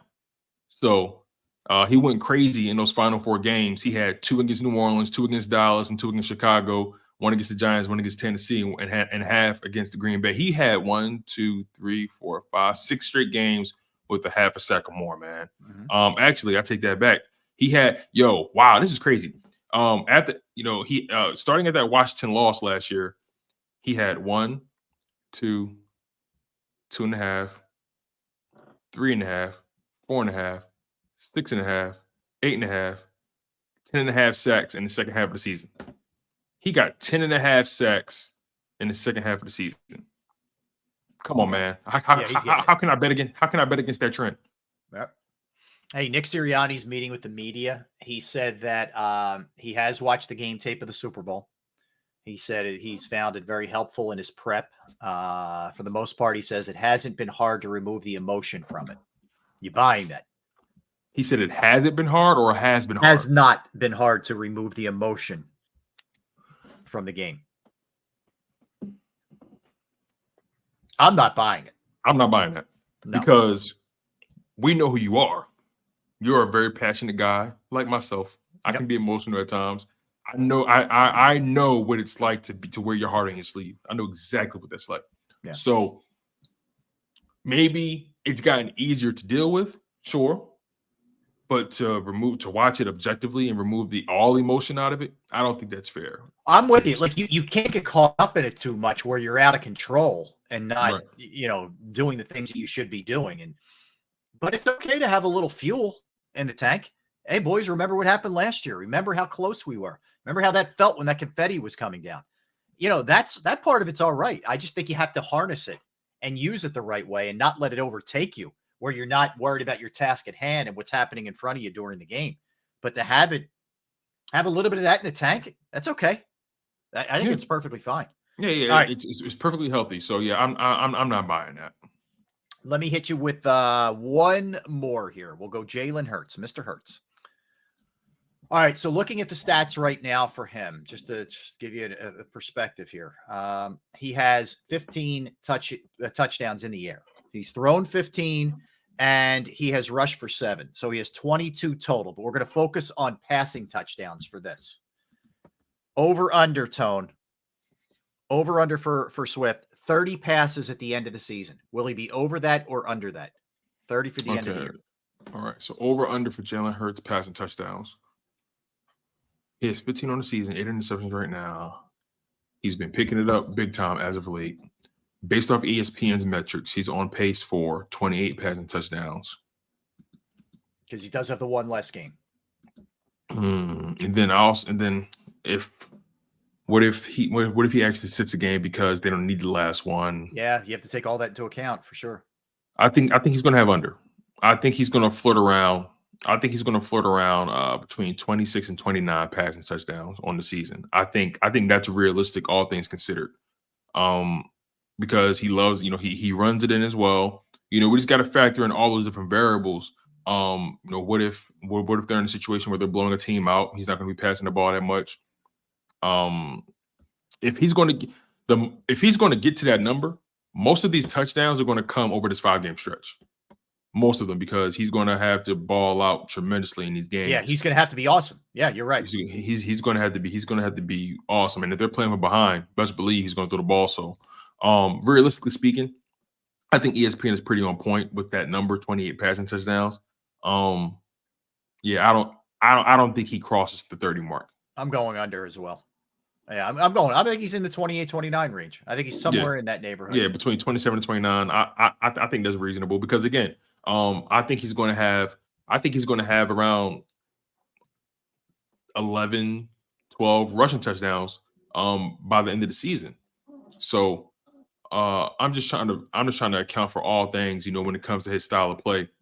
Last year he had 22 passing touchdowns and he had 13 rushing touchdowns, which gave him a total of 35 total touchdowns on the season. This year, 15-7, which is 22 right now. I think that's par for the course, man. I think he's going to have more touchdowns this year, obviously. As a matter of fact, if I got him getting 28 passing touchdowns and he already has 7 rushing, I wouldn't be surprised if Jalen Hurts has a total of 40 touchdowns combination. It's an unbelievable number. It's not recognized enough, in my opinion, because the rushing touchdowns aren't respected enough, which they should be. I'm not sure why they aren't, but they're not. Yeah. Can he get 18 touchdowns in the span of 8 games, passing and rushing? I don't see why not. Agreed. All right, so let's hit it, and we're gonna do a little combo effort when we come back, Tone. We're gonna do a little more Sixers, a little more in depth in the Sixers.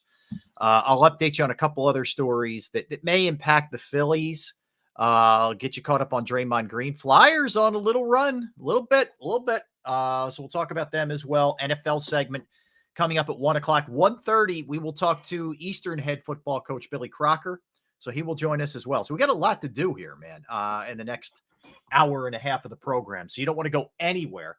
He's Tone DeShields. I am Rob Ellis. We're hanging with you on this Thursday. We are Sports Take, JAKIB Sports YouTube Network. All right, let's talk about Pro Action Restoration. And I've told you guys before, if you listen to the show, if you haven't, I had some issues with some flooding in my house, unfortunately, from a bathroom upstairs into a bathroom downstairs, which essentially ruined the ceiling in my basement, in my bathroom, and the wall in my bathroom, and not to mention the carpet. So I reached out to Pro Action Restoration, and they're handling everything. It is one-stop shopping. They are handling the contract work, the painting, and the putting a new rug down. They're doing all of that. Hopefully within the next week or so. I had Mike out the other day to give me an estimate. So we're getting there. But I got to tell you, it's been awesome. It has been awesome dealing with them. It's been so easy dealing with them, and they are so informative and so good at what they do.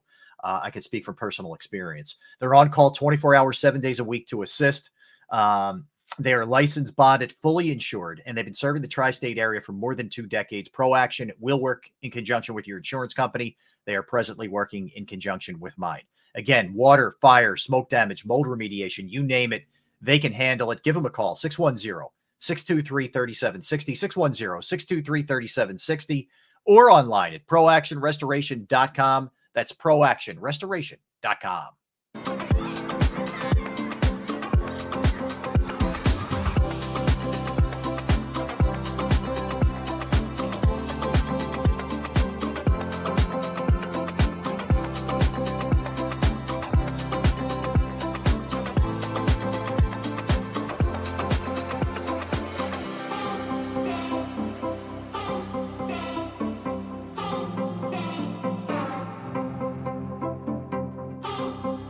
If you own a company and you're not producing a podcast, you're missing out. The public consumes messaging when they're ready. Join the professional podcast network of companies and let JAKIB Media Partners put you in the podcast arena. Come to our professional studio, or we'll come to your place of business and professionally produce your company podcast. Call JAKIB Media right now at 267-261-3428. 267-261-3428.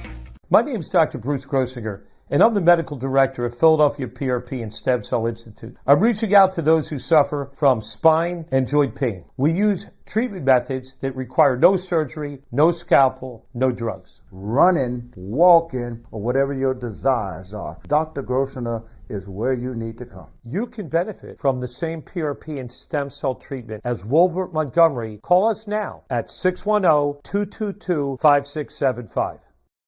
We're here to show you a better way to spend your state income taxes and get the money to where it's needed to most to the thousands of qualified kids. What we like about Blocks is they really know where the need is. This program ensures that their dollars come 100% into these kids for their tuition assistance. If you are able, Blocks makes the EITC piece go very quickly and very smoothly. Turn your PA state tax liability into need-based scholarships and receive a 90% tax credit. Underdog Fantasy has a way for you to play alongside your favorite football team all season long with their Fantasy Pick'em game. You pick between 2 to 5 players, select whether they'll go higher or lower, on one of their stats? Then do what you usually do on a Sunday. Watch the games. You can win up to 20 times your money in a single game by going 5 for 5. It's a fantasy game, and the Sports Betting Show wants you to get involved. Go to UnderdogFantasy.com. When you sign up, use the promo code WIN, and Underdog will double your first deposit up to $100. That's UnderdogFantasy.com. Use the promo code WIN.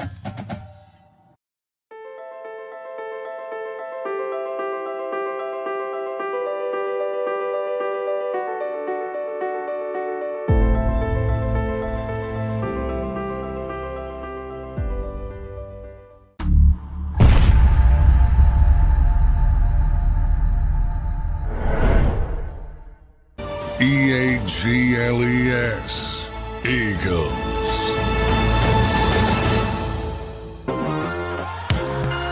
We're back. Appreciate you guys hanging out with us. That is Tone. I'm Rob. We're Sports Take. All right, Tone, back to the Sixers. So they lost 117-107 last night at home to the Celtics. They had no Kelly Oubre. They had no Nicholas Batum. They didn't have either one of those guys. They're 8-3 on the season. It's their first 2-game losing streak. Boston playing very well. We know how good Boston is. We know that Boston put an end to their season last night. Jason Tatum played well. Derek White played well. Al Horford played well. They had guys step up. I think it's one of the issues with the Sixers is the lack of stepping up. They didn't have enough help from others. From when Embiid and Maxey played solid, maybe didn't play great.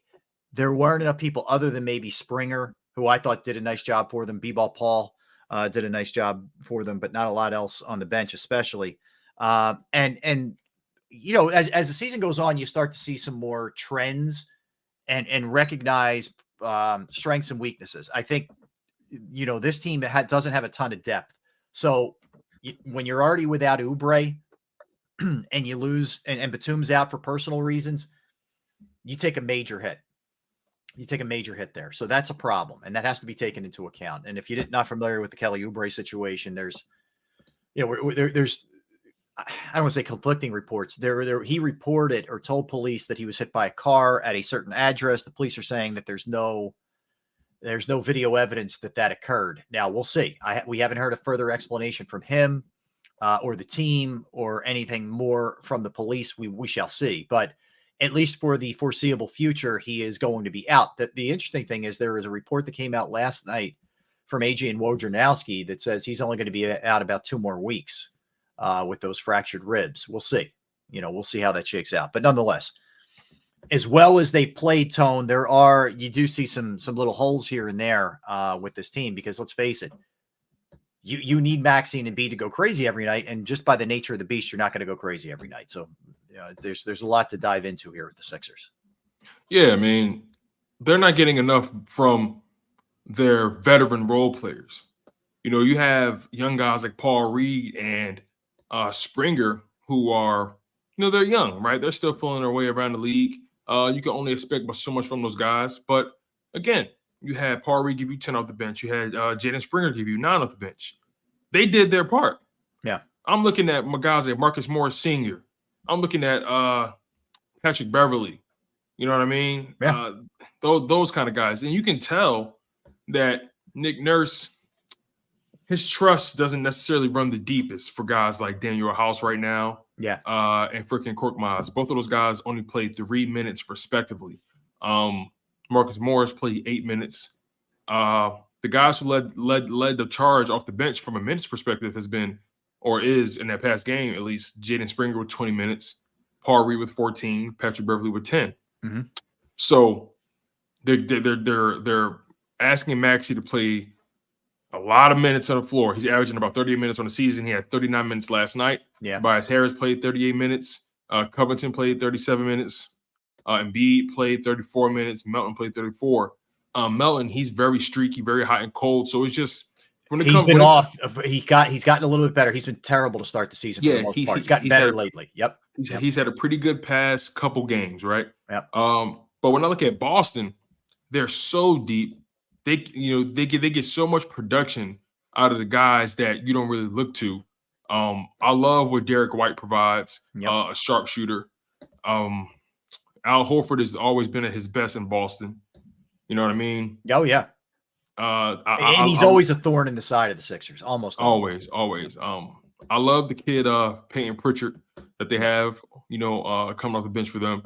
They're just a deeper team. They're just more talented in their role players. Outside of Jason Tatum and Jaylen Brown, they have a lot of talent, and in the rest of those guys. Yeah. Guys that can shoot, guys that can defend. You know what I mean? They're just a more talented crew than the Philadelphia 76ers, and that's the difference. I'm really curious to see what Daryl Morey does at the trade deadline, because this supporting cast isn't going to cut it going into the playoffs. Yeah, I agree. That's where it's going to be really interesting to see what they do in terms of what they add, how far they're willing to go. Meaning, are they willing to take on years?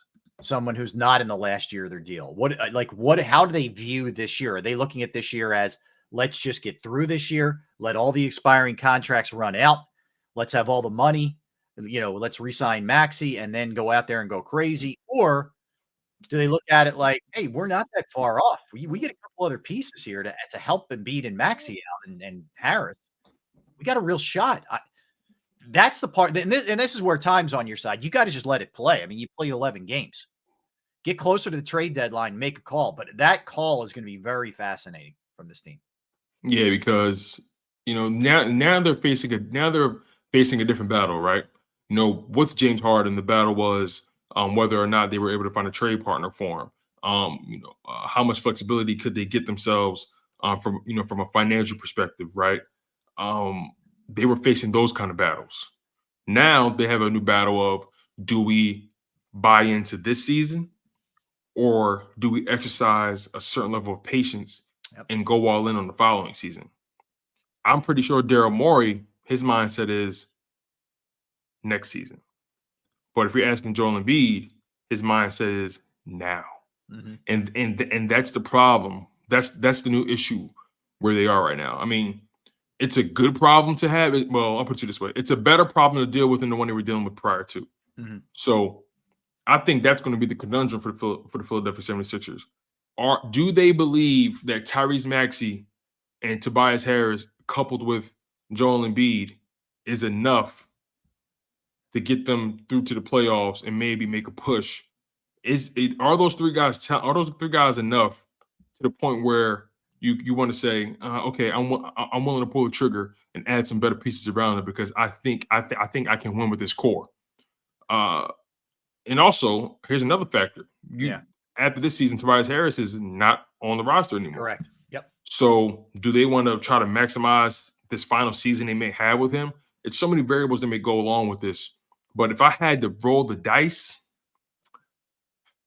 I think Daryl Morey is once again going to try to make something happen at the trade deadline.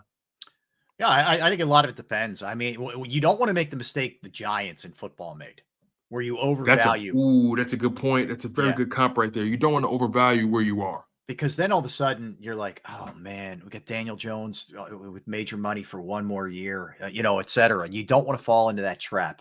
So you got to really be cold and calculated and objective when you're looking at this thing. And you're asking yourself the thing we all ask: are they better than Boston? Are they better than Milwaukee? I mean, and if you want to throw somebody else in there, fine. But it's really those two that is your measuring stick in the East, and they're the two that you're going to be targeting or trying to beat, I guess. And so I will tell you, so far, Indiana's got a nice team.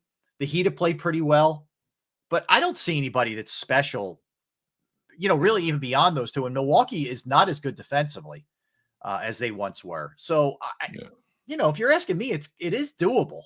It is doable in the East right now. It is. It's really going to come down to the matchups, right, in the playoffs. Who they get in the first round. Can they get a layup in the first round? You know what I mean?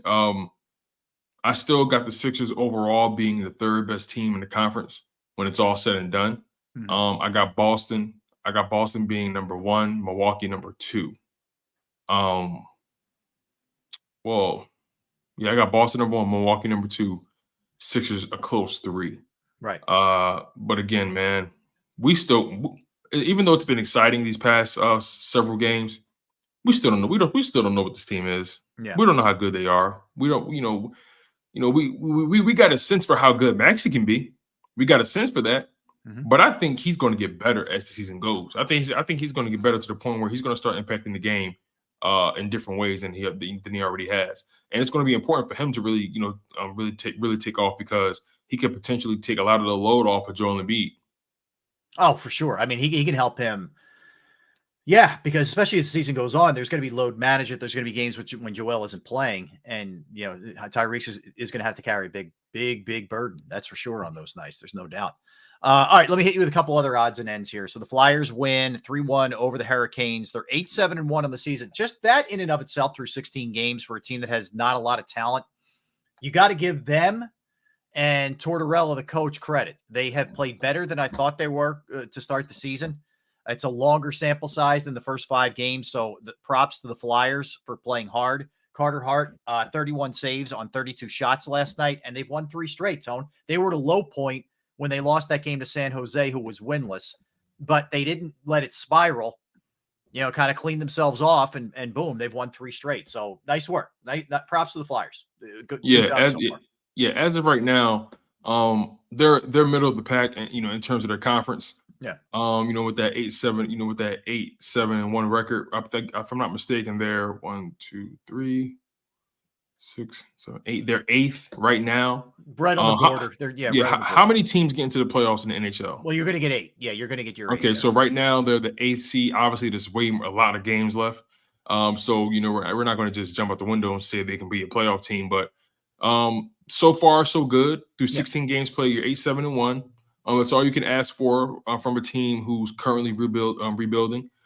They play fairly well on the road, being 5-3, or 5-3-1 on the road. Yeah. As far as point differential, they're a +4, so they're not terrible. Last 10 games, they're 5-5. They're on a 3-game winning streak, like you mentioned. So look, man, this is a young team, and whatever you get from them in the long run, is going to be a plus. So as long as you see that this team is competitive, they're battling potentially for a playoff spot, if that's even in the cards for them. As long as you see them battling, I think they're in a good place. I think so too. And you, in the process, you're learning which ones you want to keep, which kids you want to keep, which kids you want to weed out, which players you want to weed out. That's really all it comes down to for me. Exactly. Elsewhere, Blake Snell wins his 2nd Cy Young. He is a free agent. People have linked him to the Phillies. I'm not the biggest Blake Snell fan, but how come? I don't think he goes deep enough in games. First and foremost, I don't think that you are going to get max out of him after he signs this contract. Just my opinion.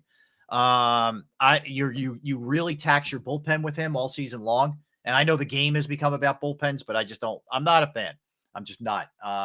And I hope somebody else gives him a massive offer and he goes somewhere else. I hope I would rather see the Phillies make a trade for a Corbin Burns or another pitcher that's on a roster right now than spend a ton on the free agents who are out there. I just don't love the market all that much. In the AL, Garrett Cole of the Yankees, well-deserved, wins a Cy Young as well. So nice work out of him. Draymond Green gets 5 games for the sleeper hold. So yeah, you know how this works. I bet you he'll appeal it and they'll knock it down to like 3 or something. Like that, which is probably where it should have been. So yeah, 5. Look, man, when I've watched it back many a times, and I'm looking at his face while he's choking the hell out of Rudy Gobert, and Rudy Gobert's face just looks so like he looks like he's gasping for life. Yeah. The whole time he's just like he's reaching for invisible walls. Well, the weird thing is, like, the whole thing started with Klay Thompson. Klay's a pretty chill dude. Like, that's what I'm saying. The guy, so Klay boxed the guy out. Yeah. And the other guy grabbed Klay's jersey, and instinctually, Klay grabbed his jersey, like, hold on, wait, you're not gonna throw me. So Klay tried to toss, it became literally a tug-of-war match between jerseys. And Rudy Gobert wrapped up Klay. One arm was over his shoulder, kind of around the neck, and the other arm was around the body. And all Draymond, I'm sure all he saw was his arm around the shoulder / neck area of Klay Thompson, and then that's when he was like, "No, forget that." Draymond's the enforcer on that team, and pretty boy Klay, he ain't trying to hurt nobody. So Draymond's like, "Nah, Nah, we ain't messing with that pretty face, man. So Draymond just did his thing, man. Like I'm not going to sit here and go crazy and be like, Draymond, that's just unacceptable. Nah, that shit was hilarious. Yeah, I know it was. It was. It was hilarious. It's early in the season. It happened in the first 2 minutes of the game. It was so funny, man. And it ended up being a good game anyway. So, it's all good. Well, I think, again, I thought Gobert had a pretty good line where he said, we knew before the game when Steph wasn't playing that, that Draymond was going to check out real quick. He was going to force his way out because he doesn't like playing when Steph isn't playing. It's kind of like, all right, a little eye opener. Yeah, Rudy Gobert has, he doesn't really like Draymond because I want to say a few years back, Rudy Gobert was constantly getting snubs for the All-Star game. And Draymond was like, man, we can't be having guys out here crying just to get into the All-Star game, man. Like Rudy was crying because he got snubbed, like literally crying. And Draymond kind of like threw a jab at him, poke fun at him. And, it was kind of the running joke. And then he finally made an All-Star game, and obviously it all went to bed. But, Rudy Gobert, he's not really well liked in the NBA. No, he's absolutely not. No, he's not well liked at all. He wasn't well liked by his own teammates. Right. Yeah. That was a terrible trade, by the way, by the T-Wolves. Terrible. If you go back and look at what they gave up. In what world would Rudy Gobert ever play well next to Karl-Anthony Towns? It was a weird trade and a bad trade. I don't really like his game that much. I think he's overrated as a defender. And I think he has no offensive game at all. Yeah. None. He has none. The best you could hope for from him is just a big body to take up space and put his arms up. He has no lateral quickness. Embiid cooks him every time they play each other. Every single time. He's just big. That's all it is. That's all it is. Yeah, I agree with you. All right, elsewhere, a couple by the way, later in the show, we'll have Coach Crocker from Eastern University, and we're going to play Start, Bench, Cut NBA edition. So that's going to be fun. We had a lot of fun with that yesterday, so we'll keep it rolling later in the show. So elsewhere, the A's are moving. It's official. The owners in Major League Baseball have approved. They are moving to Vegas. It's going to take a little while for their stadium to be built, so they're going to kind of be stuck jumping around a little bit in the next year or so. It's going to be a 300. So here's the way it's going to work. They're going to move. Rob Manfred said MLB will waive its relocation fee, which is estimated to be $300 million. So they will be moving to Vegas. They're just waiving that fee. Yeah, they're waiving that fee. Athletics lease with the Oakland Coliseum expires after this upcoming season. So they have not solidified plans where they'll play before the Vegas stadium is ready. Here's the problem. They're going to have 3 years, the 25, 26, 27 season to jump around and play. So they're going to be squatters for the next 3 years. They are going to be squatters. They're going to try and play some of their games where the Giants play, not that far away in San Francisco. They're going to play some games with the Nevada, like AAA affiliate or whatever.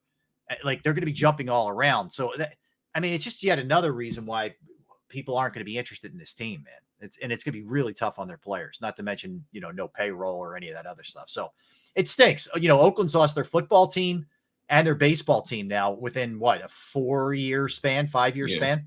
They're holding on to the Golden State Warriors for their life. And they're not going anywhere, obviously. So no, they're fine. Yeah, they're fine. Yeah. Yeah. So but still, it's a shame. It's Vegas, man. Well, that's where all the betting is happening. That's the reason why the Raiders moved there. No one the NFL can pretend that's not the reason why they moved there. Obviously they were going through some issues in Oakland themselves, but the reality is Vegas. That's where the bettors are. That's one thing I will say though. That Oakland, that A's stadium when it's finished is probably going to be amazing. Oh, it's going to be killer. It's going to be killer. It's probably I agree with you. amazing. I agree with you. All right, let's get a timeout. Let's come back. NFL, Tone. We'll start with the game tonight. Bengals at the Ravens. Jump around to a bunch of things. We are going to do our bottom 5 teams, our week, WEAK, power rankings. We will do that. In addition, we'll talk to Billy Crocker. We have start, bench, cut. A ton in the final hour. Don't move. Tone DeShields, Rob Ellis, Sports Take, JAKIB Sports YouTube Network. I'm going to tell you about Flynn Tree Services right now. Flynn Tree Services is an experienced, licensed, and insured Pennsylvania tree services company that will trim or remove any unwanted trees off of your property. They offer cost-effective solutions to any tree problem that you may face, and they are experts at trimming all types of trees, and they serve southeastern Pennsylvania, South Jersey, and northern Delaware. Flynn Tree Services specializes in tree removal, stump grinding, as well as tree pruning. You could go to their Facebook or Instagram page for more information or a sampling of their work. Give Flynn Tree Services a call at 610-850-2848, 610-850-2848, or online at flynntreeservices.com. That's flynntreeservices.com.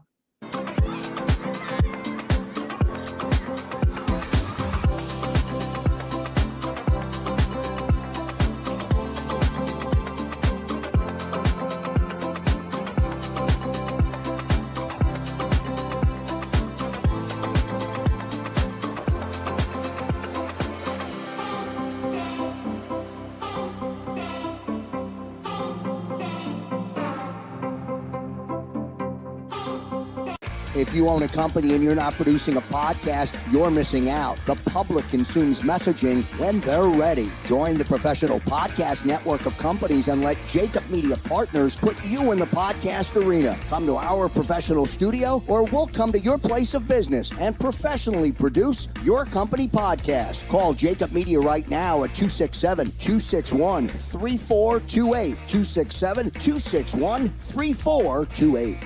My name is Dr. Bruce Grossinger, and I'm the medical director of Philadelphia PRP and Stem Cell Institute. I'm reaching out to those who suffer from spine and joint pain. We use treatment methods that require no surgery, no scalpel, no drugs. Running, walking, or whatever your desires are, Dr. Grossinger is where you need to come. You can benefit from the same PRP and stem cell treatment as Wilbert Montgomery. Call us now at 610-222-5675. We're here to show you a better way to spend your state income taxes and get the money to where it's needed to most to the thousands of qualified kids. What we like about Blocks is they really know where the need is. This program ensures that their dollars come 100% into these kids for their tuition assistance. If you are able, Blocks makes the EITC piece go very quickly and very smoothly. Turn your PA state tax liability into need-based scholarships and receive a 90% tax credit. Underdog Fantasy has a way for you to play alongside your favorite football team all season long with their fantasy pick'em game. You pick between 2 to 5 players, select whether they'll go higher or lower on one of their stats, then do what you usually do on a Sunday, watch the games. You can win up to 20 times your money in a single game by going 5 for 5. It's a fantasy game, and the Sports Betting Show wants you to get involved. Go to UnderdogFantasy.com. When you sign up, use the promo code WIN, and Underdog will double your first deposit up to $100. That's UnderdogFantasy.com. Use the promo code WIN.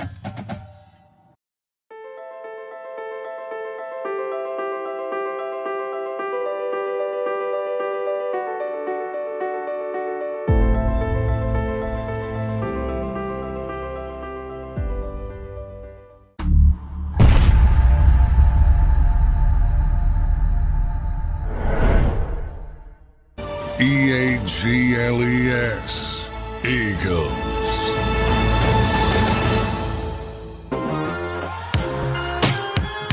So, Rahab, hanging. It is a Thursday. We are Sports Day, JAKIB Sports YouTube Network. Appreciate everybody tuning in, hanging out. All right, so, Tone, let's look at it tonight. Bengals, Ravens. And you look at where things are. Big matchup. It is, finally. All right. But you look at where things are in this division, the AFC North. So Ravens 7-3, coming off a loss last week. You have the Bengals 5-4, also coming off a loss last week. So look, both teams need it, but Cincinnati needs it worse than the Ravens. The problem with the Ravens is they got to keep pace with the Steelers and the Browns, who are both 6-3. So not a lot of room to give here for either team, especially for Cincinnati. What do you think in this one? Man, you're pretty much on point, man. Ravens being 7-3, Steelers 6-3, Browns 6-3, Bengals 5-4. The Bengals cannot afford to fall to 5-5. They can't. I strongly believe if they fall to 5-5, all they can hope for is a wild card spot. And even then, that can get a little tricky because Steelers are still in the mix, regardless of how you feel about the offense. It's still in the mix. The Browns, I gotta be honest with you, man. I think their season is done. Without Deshaun you Watson. lose Deshaun Watson. You obviously don't have Nick Chubb. The quarterback position is pretty unstable. Man, they're going to have the Browns are going to have any way of getting into the playoffs. They're going to have to muck it up. They're going to have to really rely on their defense, play ugly football. As far as this matchup, though, man, this is who's home again? The Ravens. This game is at the Ravens, correct? Man, oh man, is there a world where the Bengals and the Bills don't make the playoffs? This is tough, man. There very much is right now. I mean, the Bills are 5-5, and I know that's good for second place in that division, which we thought was going to be an awesome division, but they could be on the outside looking in. I mean, absolutely, yeah, absolutely. I still think Cincinnati gets in. I don't think Buffalo does. If I just to put it on the line right now, I'm going to say Cincinnati gets in as a wild card. I do not think Buffalo gets in. Yeah, that's where I'm at with them. I can't trust Buffalo, man. No, I agree with you. I don't think Buffalo gets in. You know, I'm going off on a limb here, man. I think the Texans get. I think the Texans get in. Do you really? I think the Texans get in. Wow. You know, I really do. It's something about what's going on over there that I like. I like what I'm seeing. 5-4 right now. They're playing with house money. No one expected them to be this good. At this point, they're just playing football, man. And they're confident. They're confident. That's so huge in football. You know, with these young teams, you tend to not know. You tend to don't know what you don't know. You know what I mean? You don't know what you don't know. And all right, here. Let me show you something interesting. To talk about something interesting here. Miami 6. Let's just look at the division leaders. Miami 6-3, Baltimore 7-3, Jacksonville 6-3, Kansas City 7-2. But when you get into that second tier, it's totally up for grabs. Buffalo 5-5, Steelers, Browns 6-3, Bengals 5-4, Texans 5-4, Vegas 5-5, Indianapolis. So it's not crazy. It's not crazy that Houston gets in. Not. Yeah, you're still right. Win their division. They're one back. They're one back right that's now. another thing. They can still win their division. So the Texans have to. I think out of all those teams that you mentioned in the second tier, the Texans are in the best position because they can still win their division, and also I think they're in a better position than the other teams to get into that get into one of those second or third wild card spots. Mm-hmm. So, big game for the Bengals tonight. Who do you have winning? I actually like the Ravens here at home. I do. Yeah, me too. Me too. If the game was in Cincinnati, I'd go the other way. But yeah, I got to go Ravens at home. I like the Ravens tonight. On top of that, T. Higgins is out. They're going to be without T. Higgins. That's a big one. They're going to be without Sam Hubbard, one of their better defensive ends. You know, it's tough. You know, I will say the Ravens, they're going to be without Ronnie Staley, one of their top offensive linemen. Yep. Marlon Humphrey, he's doubtful. Yeah, the cap. Devin Duvernay and Darryl Worley, who's a good punt returner for them. Duvernay. They're questionable. So, look, man, both of these teams are coming off of losses last week. Both of these teams know they need this game. Yeah, Who's obviously need it more. But if the Ravens want to keep pace with the Chiefs, they need it just as bad. Because I'll be honest with you, if the Ravens don't get home field advantage, I don't think they win a playoff game. I'm being honest. If the Ravens, I'm dubious of them. I need to see Lamar Jackson. Their best playoff is getting field advantage. If they don't get that, I don't think they win a playoff game. I would agree with that. I agree. I go a lot of different ways. You mentioned the Browns. By the way, I'm going Ravens tonight. I'm going Ravens with you. Okay. Yeah. You mentioned Deshaun Watson and the Browns. Browns are, it's a shame. They're 6-3. They were, playing good football, and he's done for the season with shoulder surgery.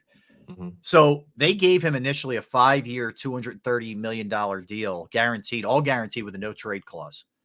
If he, either can't get right with the shoulder or plays poorly or whatever for at least about 2 more years, because he's in the second year of that deal now, they're screwed. Like, they have no wiggle room at all. And the cap hits that they would take if he wasn't there, and nobody's going to trade for him because it's all guaranteed, but they're in big trouble if that's the case. They better hope the shoulder heals up right and he's ready to roll next year. I can tell you that much. Yeah, it can get tricky for them because, let's be honest about this situation, right? Earlier in the season when he got hurt, he was complaining about the shoulder not being full. Something was off with it. Right. Yet they still cleared him.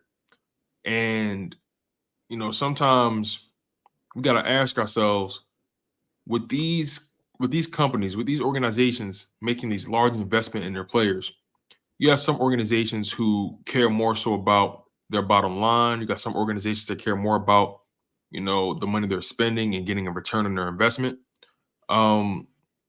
You have some organizations who really care deeply about their players and making sure they have a pleasant experience and making sure they know they're taken care of.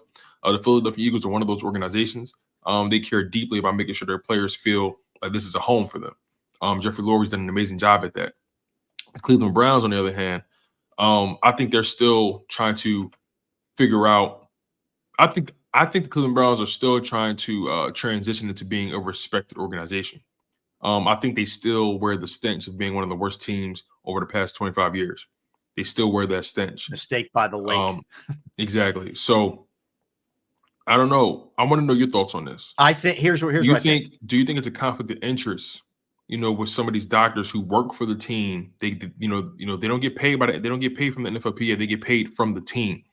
Do you think it's a chance they pushed him out there too soon? Because remember, the narrative was, "Hey, we cleared him. We're just waiting for him to be ready." So which in turn puts the onus on him, which can make it seem to the general public that he's being selfish and not willing to make sacrifices for his team and so on and so forth. I'm curious to know, what's your thoughts on just the conflict of interest between team doctors, organizations, and players? Just give me your overall thoughts on that, man. I think with this specifically, I think Cleveland would be really wise to make sure that this guy's ready to go instead of hurrying him back. Because if you hurry him back and he has a setback and he's either not himself or he misses all of next year or big chunks of next year, you're in big trouble. I would 100% err on the side of caution if I'm Cleveland. I know the rush is we're paying him all this money, get him back on the field. I think it's a dumb way to look at it. You got to make sure that he is totally right, because if he's totally right, you have a shot. He started playing well the last couple of weeks. You get him back to the Texas guy with that defense, or the Houston guy with that defense that you have, you got a shot, man. You got a shot at coming out. It's fair to say they forced him back too soon already. Well, it's weird. Like when he initially, there was a couple of weeks back, for people who may not remember, he said, I'm still not right, man. And the Cleveland kept putting out through their leaks, hey, he's been cleared by our doctors, trying to, I think, pressure him to get back. Mm-hmm. And then now, and if I'm being fair to Cleveland, and by the same token, he was going in to get ankle x-rays. They made him get the shoulder x-rayed because it was hurting him. They saw in there some issues. He wanted, to his credit, he wanted to go back out and play in the second half. And they're like, no, dude, we're shutting you down. It's done. So they did actually handle this one above board. Now, this part of it, I don't know what was going on before. So you're saying at halftime, yes, when they checked for the ankle, he was complaining about the shoulders. Well, they checked that and they said, no, you shouldn't play. Yeah, and he tried to convince them to go back out. Which he did, and he ended up having a tremendous second half. Right, but then they were like, dude, you're done. You're not playing this. You can destroy your shoulder and it's done. So they actually handled it right, I think. At that point, yeah. Your bigger point, though, one of the reasons why the NFL forced independent neurologists on the sideline was because too many team doctors were getting pressured from the organization saying, oh, yeah, he's telling me he's fine, so we'll get him out there. The independent guys are like, he can't. We go through all the tests. I don't know what the tests they run. The stuff they do in the blue tent, and that forces the hand of these guys when there's head injuries to not put them back out there. So the league had to police itself against itself with that thing. Because I think there's too many times the doctor, and I don't think the doctor is like some shady dude, but I think they feel pressure from the team. No, that's what I was about to say. I don't think the doctors themselves are shady. I think they feel the pressure of their superiors. Yes, they understand what's at stake here. So I don't think any of these doctors are the shady characters. I think the organizations themselves, because again, they're looking at it as ROI, return on investment. we've dedicated so much money to this guy. Last year, he gave us a mediocre season. Granted, he only played half of the season because he was suspended. So that season was a wash. Yep. Now we need a legit season out of him. He's been banged up. It's been concussions. It's been ankle. It's been shoulder. You know what I mean? Yeah. Things he's not making up. It's not like he's talking about an illness. It's not like he's making things up here. So I don't know, man. I'm beginning to lean on the side that this organization, because they feel pressure, because think about it, right? The whole story of the offseason, ever since the contract went down, Cleveland, what are you doing? You're setting a bad precedent, all that kind of stuff, right? And I think Cleveland themselves feel pressure from just the league to validate their investment, to validate that, no, we made the right decision. And by forcing him out there, that's them validating it. But now they kind of cut their noses by their face, forcing him out there too soon before he can get really fully healthy. Yeah. He goes out there, hurts himself again.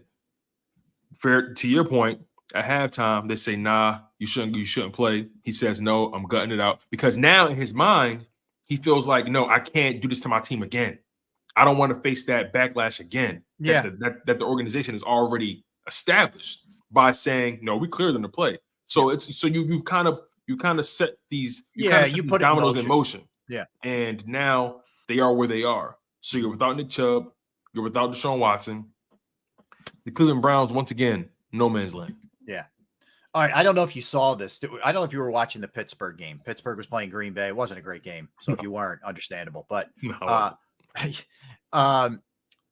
Steelers special teams coach Danny Smith. He's an older man. He's been around a long time. He was the Eagles special teams coach a long time ago. But he got absolutely clipped on the sideline, like really hard. And he so hard he tore his rotator cuff in 3 places and needs surgery to put it all back together. It's not funny. I'm not. It's a shit. It's sad, but it's like Rob, you funny, man. It's not funny, but you laughing your ass off. I'm surprised it doesn't happen more on the sidelines, frankly. Like especially with some of the older gentlemen. Like it's it's dangerous over there, man. For some of these cats. Speaking of getting knocked over in the sideline, right? Yeah. In that Cowboys game. Oh. Remember when Matt Leo fell? Oh my God, man. Yes. Yeah. Apparently, based off the footage in the slow-mo that everybody kept circulating, apparently my man was wearing a red G-string. Well, so he swears he swears they were boxers that were red and white, and people thought the white part was his skin. Okay, this is his claim. I'm just telling you. Well, the funny line from everybody was, "Hey, they beat the Cowboys. You better keep wearing them." That was the line. Yeah, that is hilarious, man. When I saw that, I was like, "Get the hell out of here!" Yeah, man. Oh man. On another note. Yeah, let's keep it moving. So anyway, shame for Danny Smith. Feel better. It's all joking aside. That's got 3 tears. Feel better, my man. That's pretty nasty. Yeah. All right. Elsewhere. So Josh Allen basically saying, I take this very personally. I feel like I cost this man his job. I feel awful. So if you didn't hear earlier in the week, the Bills, after the Monday night fiasco, they fired their offensive coordinator, Ken Dorsey, after yet another ineffective offensive game. And they had 4 turnovers. Allen had 3 himself. And Dorsey's out, and they've elevated Joe Brady. But he said, and I believe him. Like Josh Allen I watched the sound. He was coming from the heart. He's like, dude, we all feel terrible. We feel like this is our fault. I put it on me, and all this other stuff. But it's part of the gig, I guess. Yeah, part of the gig.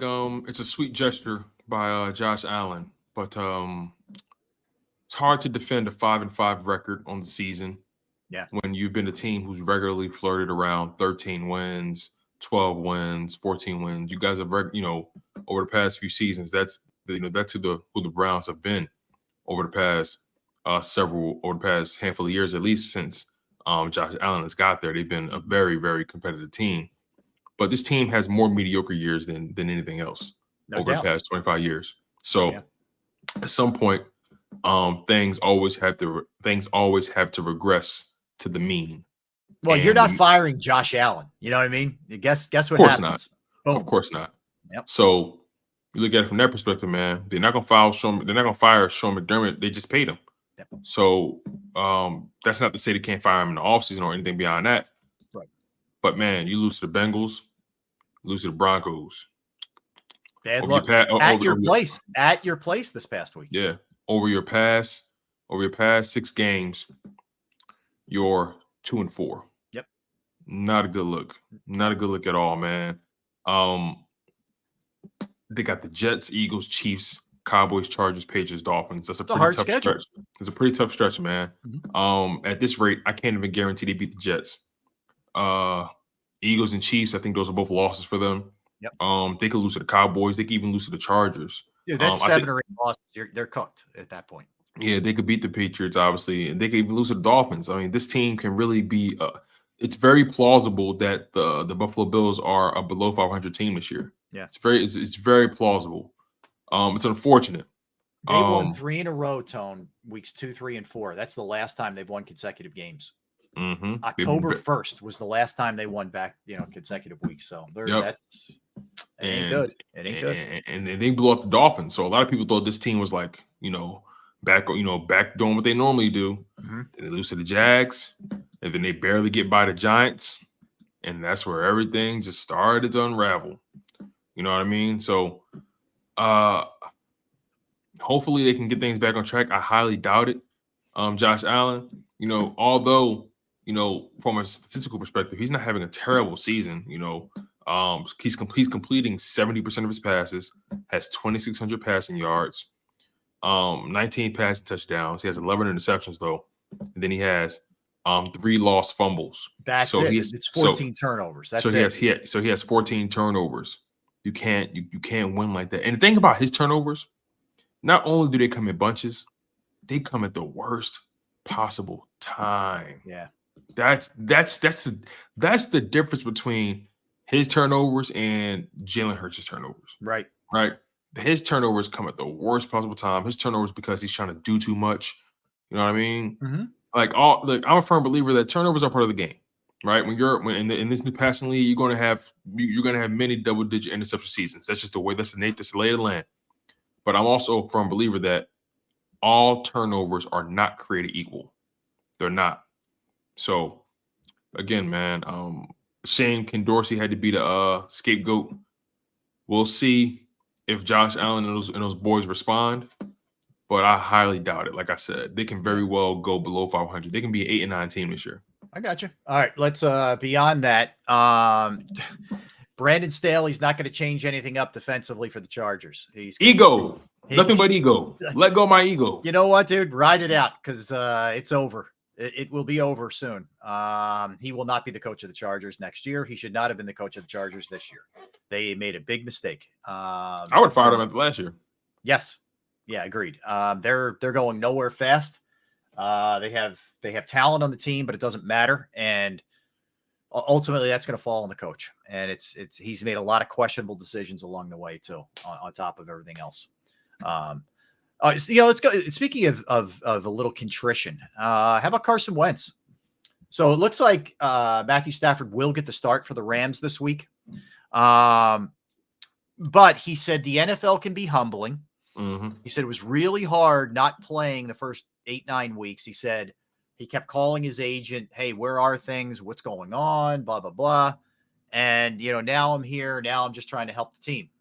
And maybe it's a lesson learned for this guy, because the reason why you weren't on a roster wasn't because you didn't have more talent than some of the guys that were, backing up or third stringers in the league. It's because your reputation is not a good one of being a team guy, of being coached up, of being willing to do things other people's ways, not just your way. And I don't have a lot of sympathy for him, man. I got to tell you, I just don't. Yeah, I am. I'm totally with you on that in that regard. I don't have too much sympathy for him either. Look, here's the thing. I want everybody in the live chat to hear this. I want everybody who covers his game, everyone who, has their favorite players or whatever, everyone, all this kind of. I want everyone to hear what I say here. Hear me now. Hear me loud. Hear me proud. Talent is not enough.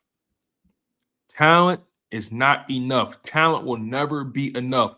Talent is not the only measuring stick to describe and grade and judge a quarterback. Otherwise, Ryan Leaf would have been one of the best quarterbacks that ever played this game. Mm-hmm. Or Phillip Rivers, you know what I'm saying? Andrew Luck. Like I said, Carson Wentz, you know what I mean? Donovan McNabb. Talent is not enough. The quarterback position is one more from the neck up than it is from the neck down. And when you rely solely on the neck down and not really cater to your neck up, the neck down is going to suffer no matter what. Yep. If you're not right mentally, if you're not willing to sacrifice for your teammates, if you're not willing to take the bullets, for everyone else, if you're not willing to lead by example, if you're not willing to take accountability, if you're not a highly self-aware individual, you will never succeed to the level that you want to succeed at in the National Football League, even more so at the quarterback position. Yeah. That's why Jalen Hurts is where he is, because he understands that the neck up has gotten him to this point, and it's more valuable than the neck down. No question. He has dedicated himself to his development. He's dedicated himself to his teammates. He has tremendous work ethic.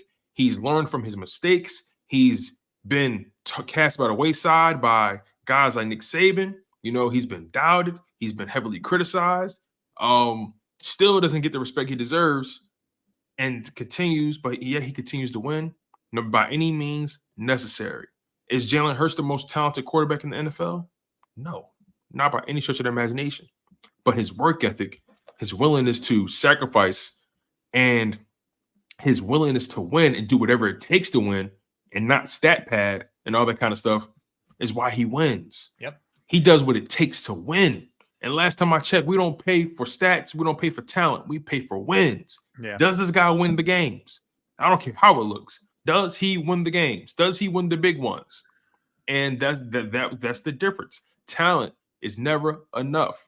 Justin Herbert, talent is not enough. Josh Allen, talent is not enough. It's just that simple to me. Mm-hmm. All right. Elsewhere,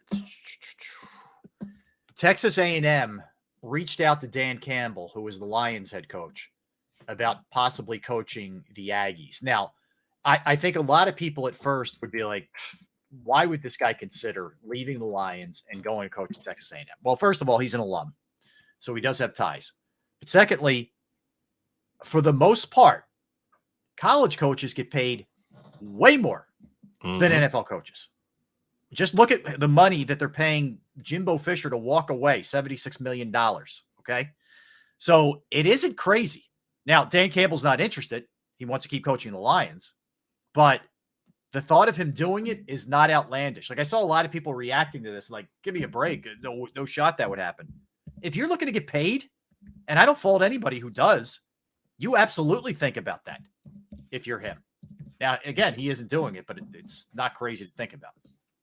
Yeah, the thing is about Dan Campbell, he spent 3 seasons as the head coach for the Detroit Lions, and each year after year, he's built this team up little by little by little.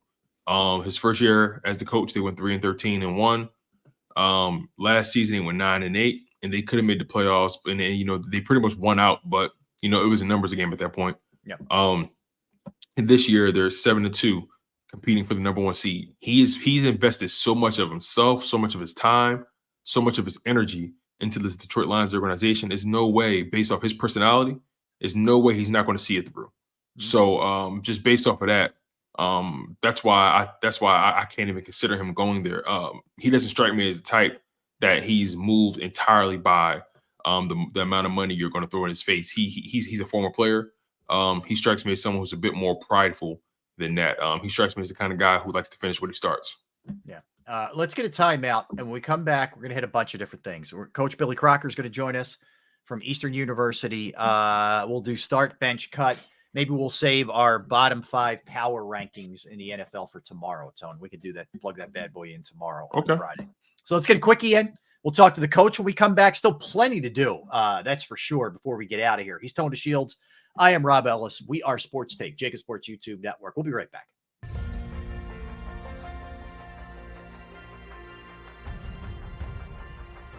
I remember getting my heart broken when they lost the Super Bowl in 2004.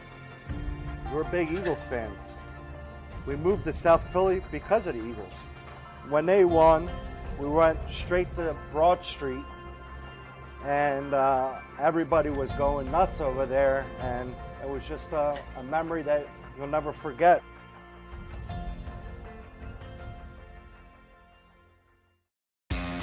Go to get your game on. Go for the beers. Go for the cheers. Go for the hit and the hits. Go for the stakes and the stakes. Go to get your parlay on. Go to get your party on. Go for the scene. Go for the screens. Go for the gallery. Go for the win. Go to Ocean. Visit theoceanac.com to plan your visit. At Pond Lehocky, we've recovered billions of dollars for our clients, and we're confident we can do the same for you. With over 250 years of combined courtroom experience, we've helped over 100,000 injured clients obtain some of the largest settlements in Pennsylvania. One conversation is all it takes to help you and your family get back on track. If you've been injured in an accident, give Pond Lehocky a call.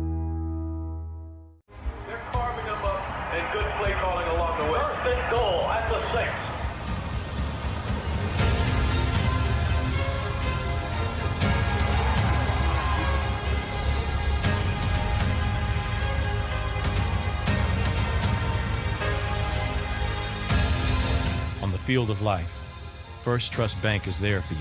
Champions on 3. 1, 2, 3. Because Philadelphia dreams deserve a Philadelphia bank.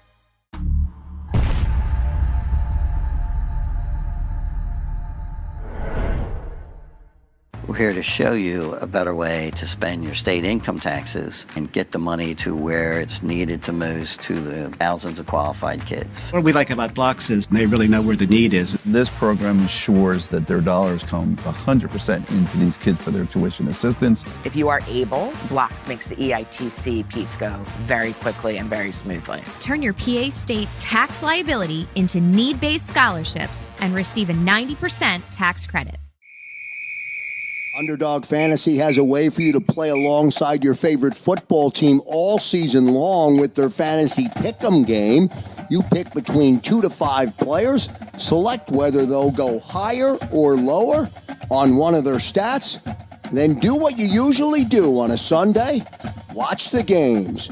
You can win up to 20 times your money in a single game by going 5 for 5. It's a fantasy game, and the Sports Betting Show wants you to get involved. Go to UnderdogFantasy.com. When you sign up, use the promo code WIN, and Underdog will double your first deposit up to $100. That's UnderdogFantasy.com. Use the promo code WIN. Do you stream on a Roku, Fire Stick, Google TV, or Apple TV? Now you can watch 6ABC 24/7 with the 6ABC Philadelphia streaming app. For the big story on Action News, Search 6ABC Philadelphia and start streaming today. EAGLES. Eagles.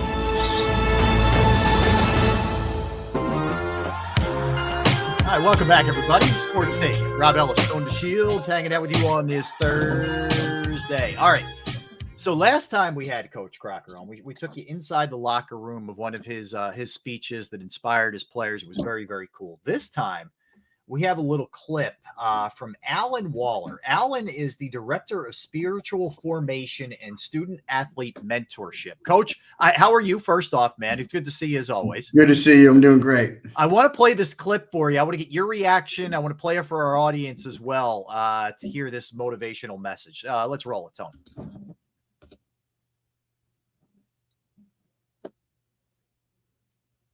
Sorry, we got a little glitch here. Let's get it right.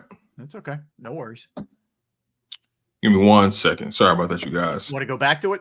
Yeah, what I'm going to do is I'm going to drop it and I'll bring it back here. All right, drop it, bring it back up. Give me one moment. Sorry about that, you guys. That's all right. That's all right. Let's start here. Coach, because you guys played a tough one to close out the season. You lost in overtime to Stevenson, and tough one, 26-23. You guys blocked the field goal to get it to OT. I mean, even your special teams came up big. Yeah, I mean, we were winning the majority of the second half. It was 6-6 at halftime. Defense was playing phenomenal against a very good team in our league. We got some momentum. We had the lead. And then we gave up a score for them to tie it. And then they got the ball back and drove all the way down the field.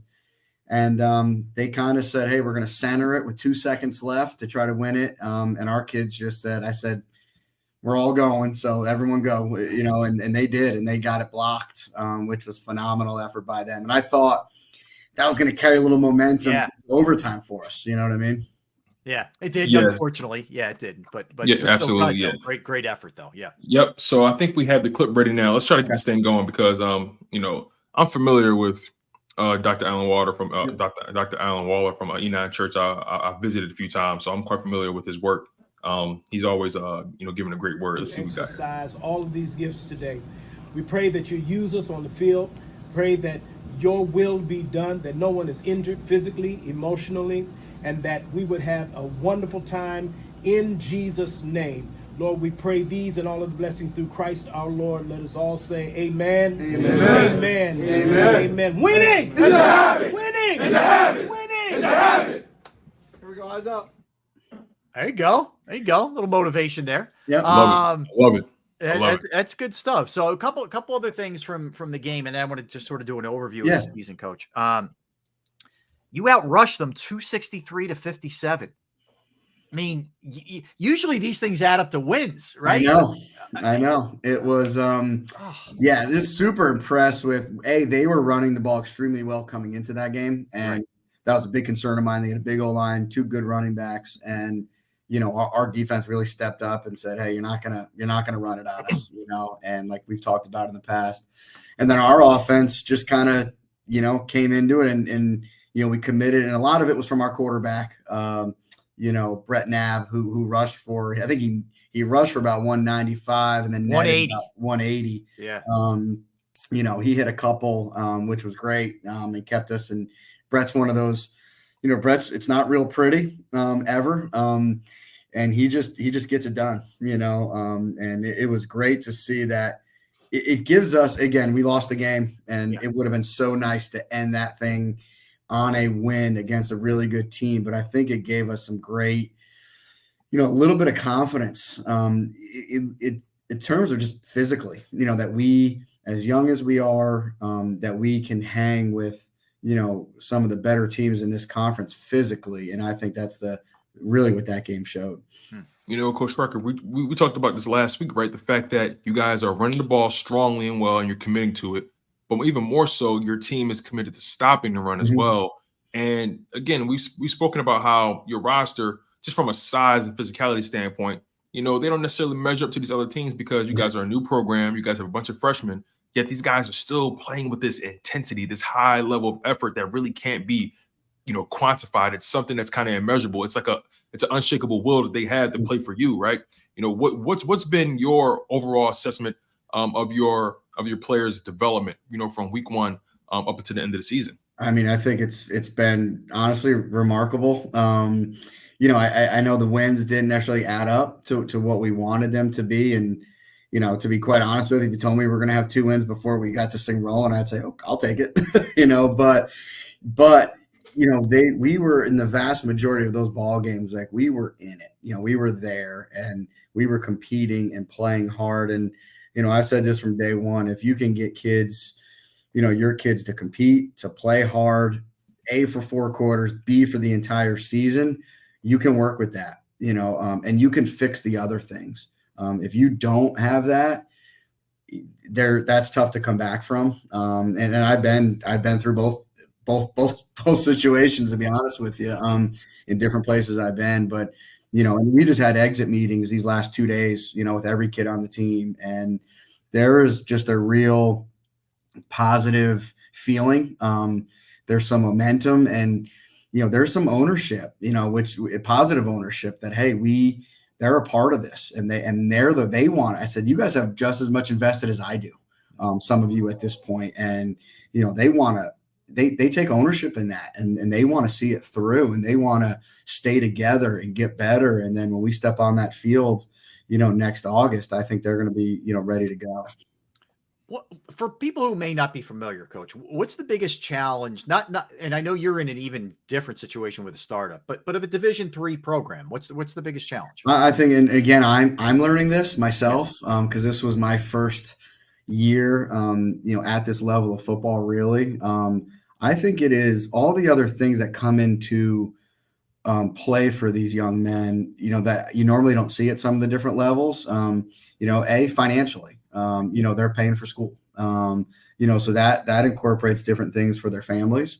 A lot of these guys are going to have, some have to work during the fall, but a lot of them are going to have to work, especially the spring semester coming up. And, we need to be flexible enough, with our schedule and what we ask them to do from a, working out off season stuff that, we allow them to do what they need to do to stay in school, from that standpoint. The other thing is, with the amount of numbers that we do have on our roster and that we will have, the help, for these guys to have success, in the classroom, things of that nature that, you go to some of these bigger programs and, there's, 18 academic counselors and, so on and so forth. And, we have one. And she does such an unbelievable job with these guys, and goes well above and beyond. And, so that's a role we have to take strongly as a coaching staff as well. Whereas a lot of places and different levels, you don't have to do that stuff. So I'd say really the biggest thing is, the support,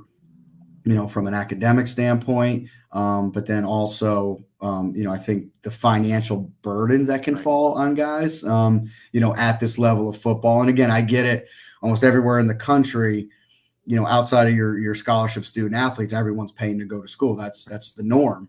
But then for what you're required to play a college sport, regardless of level, takes up a lot, and it is a commitment.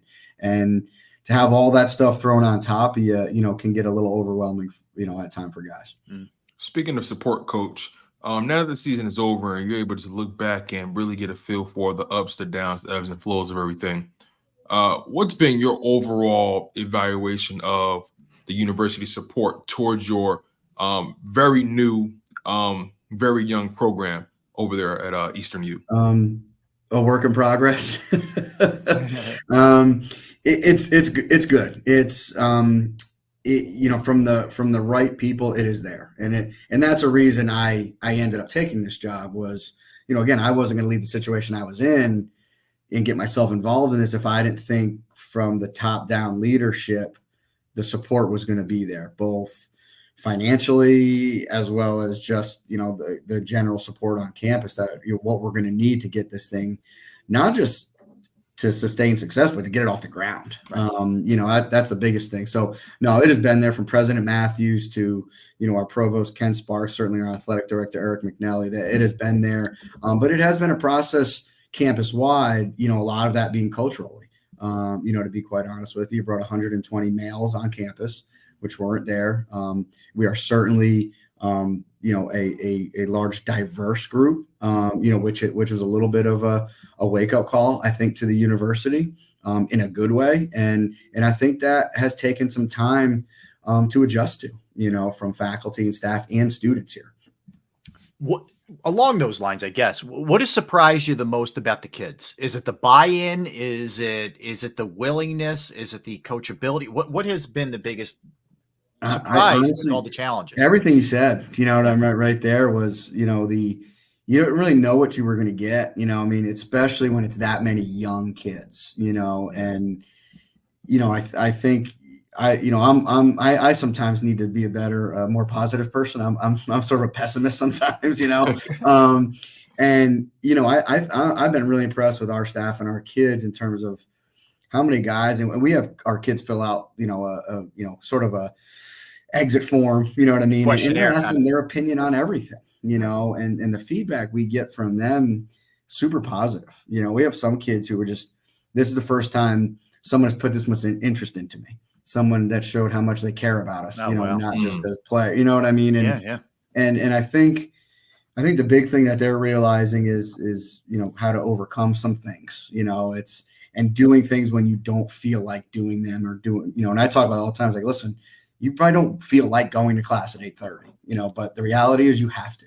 You're going to have to do things in life you don't want to do, don't feel like doing. And once you get over that hump in anything you do, it's going to help you tremendously, whether it's football, academics, when you get a job, after school, all that kind of good stuff. Coach, we've talked so much about, the expectations, from the players and them meeting their own personal goals, them meeting, the expectations you set for them. Have you met the expectations that you necessarily set for yourself at the beginning of the season and your coaching staff? What's been your overall thoughts on the goals you set for your staff, for yourself? And do you feel that you guys were able to meet those goals or at least come close? Yeah, I think come close. I'm always a guy who's like the race is never over kind of guy. Like, hey, you have goals, and I think you set goals that are retainable, but also something you continue to go for. You know what I mean? And try to strive for. But I think the thing that I was most impressed with has just been the growth and in everyone. I'm having exit meetings with my coaches as well, to kind of recap the thing. And I find I have to step back. A lot of the guys I have working for me here are first year coaches, like literally first year coaches. They're young, and then so you're developing everyone. You're developing the young guys, the players, developing staff. That's a tough job, and developing a new program. I mean, you're really wearing a lot of different hats here. I mean, it's something to admire for sure. And even our coordinators, they have experience. And I know my defensive coordinator, I coached him for 5 years at Villanova. So I don't know why he still wants to hang around with me. So I probably said some things to him that, but I have to remember that they're first year coordinators too, and calling a game and organizing all that stuff. So, you can get caught up in wanting it to be a certain way. But I think when you really step back, you got to look at, say, the big picture and say, wow, we really grew. You grew as a coach. You grew as a player. You grew off the field. That's, again, at the end of the day, that's our job. Because, even at the levels I have coached at, very, very few continued their career after college. And, especially here, that's just not going to happen very frequently. And it's my job, I think, wins and losses aside, is to try to put these kids in a better place to be prepared for what's coming next, from where they're coming from. And I know you had a bunch of guys honored too, all MAC conference guys. Yeah. Sean Moody being one of them. Yeah, we're super excited for a first-year program to have 5 guys honored for all conference. Wow. Gashawn was first team all league. He actually finished up near the top for defensive player of the year in our league. And, just to have those guys recognized within our conference and get the respect from, the other coaches in our league was pretty special for us. Yeah, that's very cool. That's cool. Coach, obviously with more eyes on the program, it will always keep especially a new program, it will keep it afloat. Yep. It'll keep the interest high, things of that nature. Spreading the word about the program is the best way to keep this thing, going at an all-time high. And I'm curious to know, how did your relationship with JAKIB Sports come about, in terms of making sure that your games are visible and heard all across the tri-state, all across the city? Because, again, with the new program, we can only imagine how difficult it is to try to get a lot of people to buy in, not just in the building, but outside of the building. How did that relationship begin with JAKIB Sports? Yeah, well, it's you're 100% right. Even like at Villanova, the reality is we're in a pro sports town. We are. It's even Temple fights that battle. Villanova fights that battle. One of my best friends is the head coach at SMU, so I went to that SMU Temple game a few weeks ago, and it's tough. It's tough, man. That place was empty. So to get our brand out there as much as we can, they approached us as a new program, and at first I was like, I don't know, who's.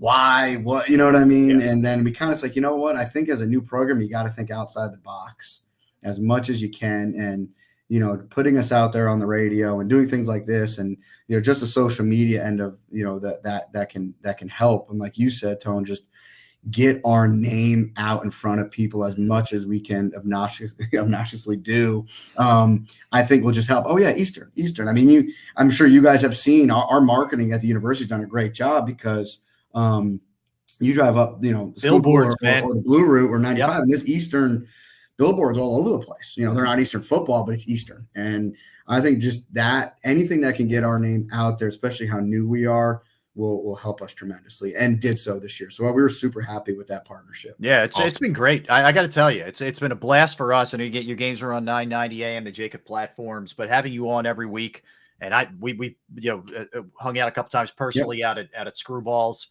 in King of Prussia when you brought some of the guys out from the team. It's been great. It's been great getting to know you, and we wish you nothing but the best in the off season, and keep it rolling into next year, Coach. I appreciate that, guys. Look at it like this, you guys. This is history that we're making right now. That's how I look at it, right? This is a new program with Coach Crocker and the Eastern Eagles. Rob, like this is a moment that we can all look back on and reference that we were a part of this growth here. And I definitely believe that the sky's the limit for you guys. Definitely more blessings and more success to you, Coach Crocker. No, I appreciate your guys' time on Thursdays. I know Division III football is not a hot ticket. Listen, football is football, baby. I love we love it. It's sports. I'm a big fan of underdog stories. I'm a big fan of people who do it the right way, and that both apply. It's on brand for Philadelphia. It's on brand. Maybe next season we'll get you out here to come check out our home field. Will be open, and get you out to check out a ball game up here and all that kind of good stuff. Thank you, I appreciate Coach. you guys. Yeah, appreciate it. All the best to you, all the best to the program, your family, etc. Thank you. Awesome. Have a good offseason, guys. Have a great Thanksgiving. You got it, sir. All right, Coach. All right, that is Coach Billy Crocker, Eastern University. Yeah, it's been fun talking to Coach all year, and for sure. I'm usually behind the scenes listening, right? But these past couple weeks, I've been heavily involved. I think I've spoken to Coach Crocker on this platform maybe 3 times, 3 or 4 times out of the whole season. And look, the bottom line is they're facing an uphill battle. Yeah. And the fact that he was willing to take this on, he's developing coaches, he's developing players, he's developing a program. He's taken on a lot. He has. And I can only imagine the stressors that come with that. But something like this, regardless of how it all goes down, if you can establish something that's here to stay, man, you are a part of history, man. You are a trailblazer. It's really cool. It is. It's really cool. Hey, Nakobe Dean put on the IR with that foot injury. No surprise there, Tone, but it's official. In other news, right? What's that? in other news, right? Right. I mean, it's a shame, but yeah, so we're looking at, at least 4 weeks, man. At least 4 weeks. So it's too bad. It's been a rough go for him this year. That's for sure. Whether that's being hurt or just maybe not playing up to expectations. So we'll see what ends up happening with him. All right, we did it yesterday. Let's close it out again. Start, bench, cut. Now, we did football yesterday. We basically did the Eagles yesterday for the most part. Eagles history for the most part yesterday. Today, Tone's got up his sleeve a little basketball for us today as we ride out on a high note today. So, all right, what do you got, Tone? Let's throw them out there, man. So, what do we have? Like 6 minutes, 7 minutes? Yeah, you don't have to do them all. I mean, just do your best 5. I'll do the best ones. Okay, all right. So, start, bench, cut. And this is 76ers, you guys. Start, bench, cut. Joel Embiid, Moses Malone, or Charles Barkley. Joel Embiid, Moses Malone, Charles Barkley. Why did I ask for this? Why did I want more of this? All right. Jeez. Chat, I need y'all to jump in on this. Yeah, man. everybody Joel get in. Embiid, Everybody get in. Moses Malone or Charles Barkley. All right. Embiid, Moses, Charles. I'm starting Moses. Oh boy. I am benching Charles and I'm cutting Embiid. Boom. Ooh, Boom. man. I just cut the guy who won MVP. Wow, in the man. NBA. A lot of people are cutting Joel. Start Barkley, cut Joel. You know Supernova what? Says cut Joel. Tina has a good question. Is it during the regular season or postseason? Come on, That is man. a great point, though. Joel's a lock to be cut in the postseason. I'm sticking with mine. I'm going Moses, Charles, Joel. That's my order. Yes. Okay. All right. Good stuff. All right, let's do another one. Yes. All right. Start, bench, cut. Julius Erving, Hal Greer, or Wilt Chamberlain. Oh my God.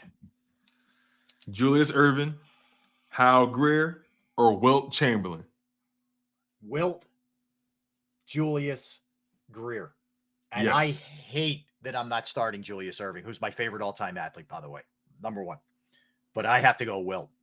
Wilt is a GOAT. Yeah, I got to go Wilt. I got to go Wilt all day, every day.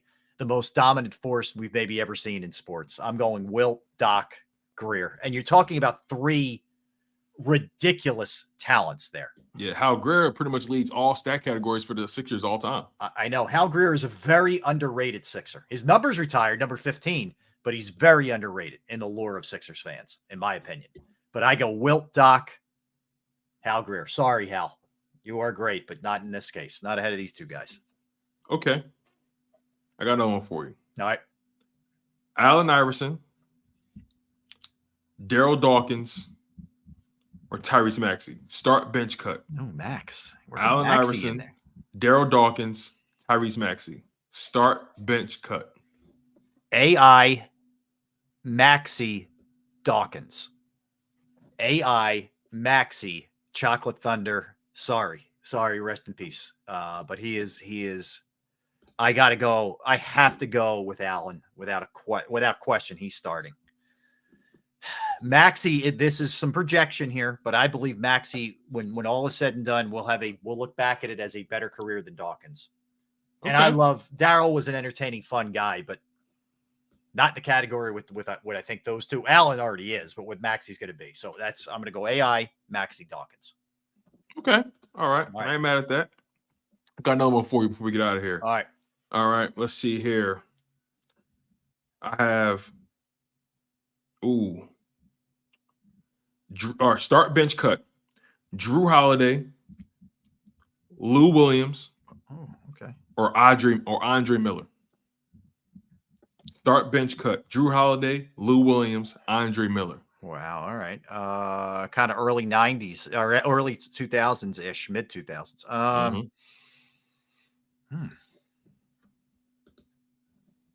I'm going to start Drew Holiday. Okay. I'm going to keep Lou Will on the squad. He's been on the bench, and I'm cutting Andre Miller. I liked Andre Miller too. He was a really good, solid. He was an old school. He had an old man kind of game. Yeah. As a young man, but Drew Holiday is such a good all around player, man. Okay. Yeah. I like that. I'm going Drew Holiday. All right. Last one. I'll squeeze this one in. All right. Start, bench, cut. Yep. Kyle Korver, Tobias Harris, Evan Turner. Start, bench, cut. Kyle Korver, Tobias Harris, or Evan Turner. I'm going Tobias Korver, Evan Turner. I'm giving. Yeah, I gotta go. Look, Kyle was a hell of a shooter, limited in other areas. Tobias, as frustrating as he is, it's because of the contract. He's still a pretty good all-around player. Evan Turner was a bust. He was a bust. So he gets cut. Sorry. So I'm going Tobias, Korver, Evan. All right, real quick. Start, bench, cut. Billy Cunningham, Doug Collins, or Andre Iguodala. Billy Cunningham, Doug Collins, Andre Iguodala. Cunningham, Iggy, Collins. Cunningham starts, bench Iggy, Doug Collins, see ya. That's my order. Okay. All right. Good, dude. Good stuff. That's my list, man. That's my list. Stuff. All right. We will do baseball tomorrow. We will carry over our bottom 5 power rankings. We'll preview the best games. We'll obviously go killer heavy on the Eagles. And please, if you could contribute, Tone has it posted in the chat where you just click on the link. Very simple. Or go to Derek Gunn's Facebook page for the GoFundMe for Derek and Trish Gunn. It would be much appreciated. Anything you guys can do. Thank you as always. All right. Thanks to everybody in the chat, everybody streaming, everybody listening. You guys are absolutely the best as always. Don't go anywhere because you have 4 hours coming up of the National Football Show with Dan Cilio and Tone. Tone, great job as always, and we'll finish it strong tomorrow, my friend. I'm looking forward to it. Yes, sir. I appreciate you, man. As always, you make it easy. All right, my man. I'll talk to you, everybody. We'll see all you guys tomorrow. Thanks for hanging out with us. For Tone, I'm Rob. We are Sports Take. Thanks.